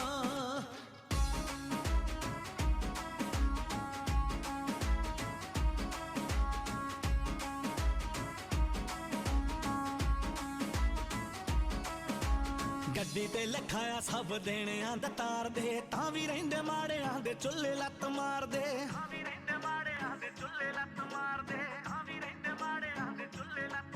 ਉਹ ਗੱਡੀ ਤੇ ਲਿਖਾਇਆ ਉਂਝ ਦੇਣਿਆਂ ਦਾ ਤਾਰ ਦੇ ਤਾਂ ਵੀ ਰਹਿੰਦੇ ਮਾੜਿਆਂ ਦੇ ਚੁੱਲ੍ਹੇ ਲੱਤ ਮਾਰਦੇ ਗਲਾ ਘੁੱਟਾ ਨਾ ਮੈਂ ਮਾੜੇ ਬੰਦੇ ਦਾ ਗਲਾ ਘੁੱਟਾ ਨਾ ਮੈਂ ਮਾੜੇ ਬੰਦੇ ਦਾ ਕਿਤੇ ਜ਼ੁਲਮਾਂ ਕਰੀਬ ਹੋ ਜਾਵਾਂ ਵੇਖੀ ਇੰਨੀ ਵੀ ਅਮੀਰ ਨਾ ਦਈ ਕਿਤੇ ਦਿਲ ਤੋਂ ਗਰੀਬ ਹੋ ਜਾਵਾਂ ਬਾਬਾ ਇੰਨੀ ਵੀ ਅਮੀਰ ਨਾ ਦਈ ਕਿਤੇ ਦਿਲ ਤੋਂ ਗਰੀਬ ਹੋ ਜਾਵਾਂ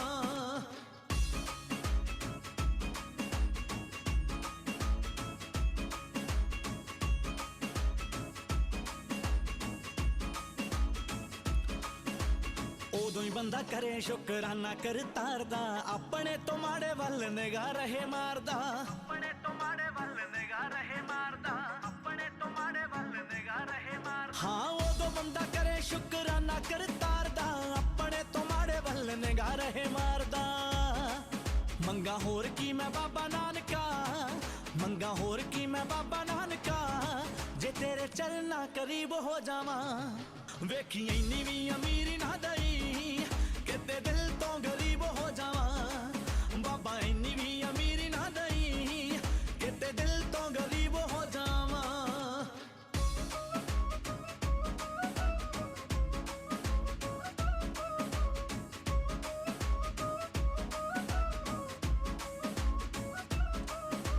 ਤੇਰੇ ਕੋਲੋਂ ਡਰ ਬਸ ਇੱਕੋ ਗੱਲ ਆਖਦਾ ਮੂਰਖ ਬੰਦੇ ਜੋ ਰੌਲਾ ਪਾਉਂਦੇ ਜ਼ਾਤ ਪਾਤ ਦਾ ਮੂਰਖ ਬੰਦੇ ਜੋ ਰੌਲਾ ਪਾਉਂਦੇ ਜ਼ਾਤ ਪਾਤ ਦਾ ਮੂਰਖ ਬੰਦੇ ਜੋ ਰੌਲਾ ਪਾਉਂਦੇ ਜ਼ਾਤ ਪਾਤ ਦਾ ਤੇਰੇ ਕੋਲੋਂ ਡਰ ਬਸ ਇੱਕੋ ਗੱਲ ਆਖਦਾ ਮੂਰਖ ਬੰਦੇ ਜੋ ਰੌਲਾ ਪਾਉਂਦੇ ਜ਼ਾਤ ਪਾਤ ਦਾ ਬਸ हिंदुआ ना हिंदू मैं रहा, हाय हिंदुआ ना हिंदू मैं रहा, मुस्लिम ना हबीब हो जावा।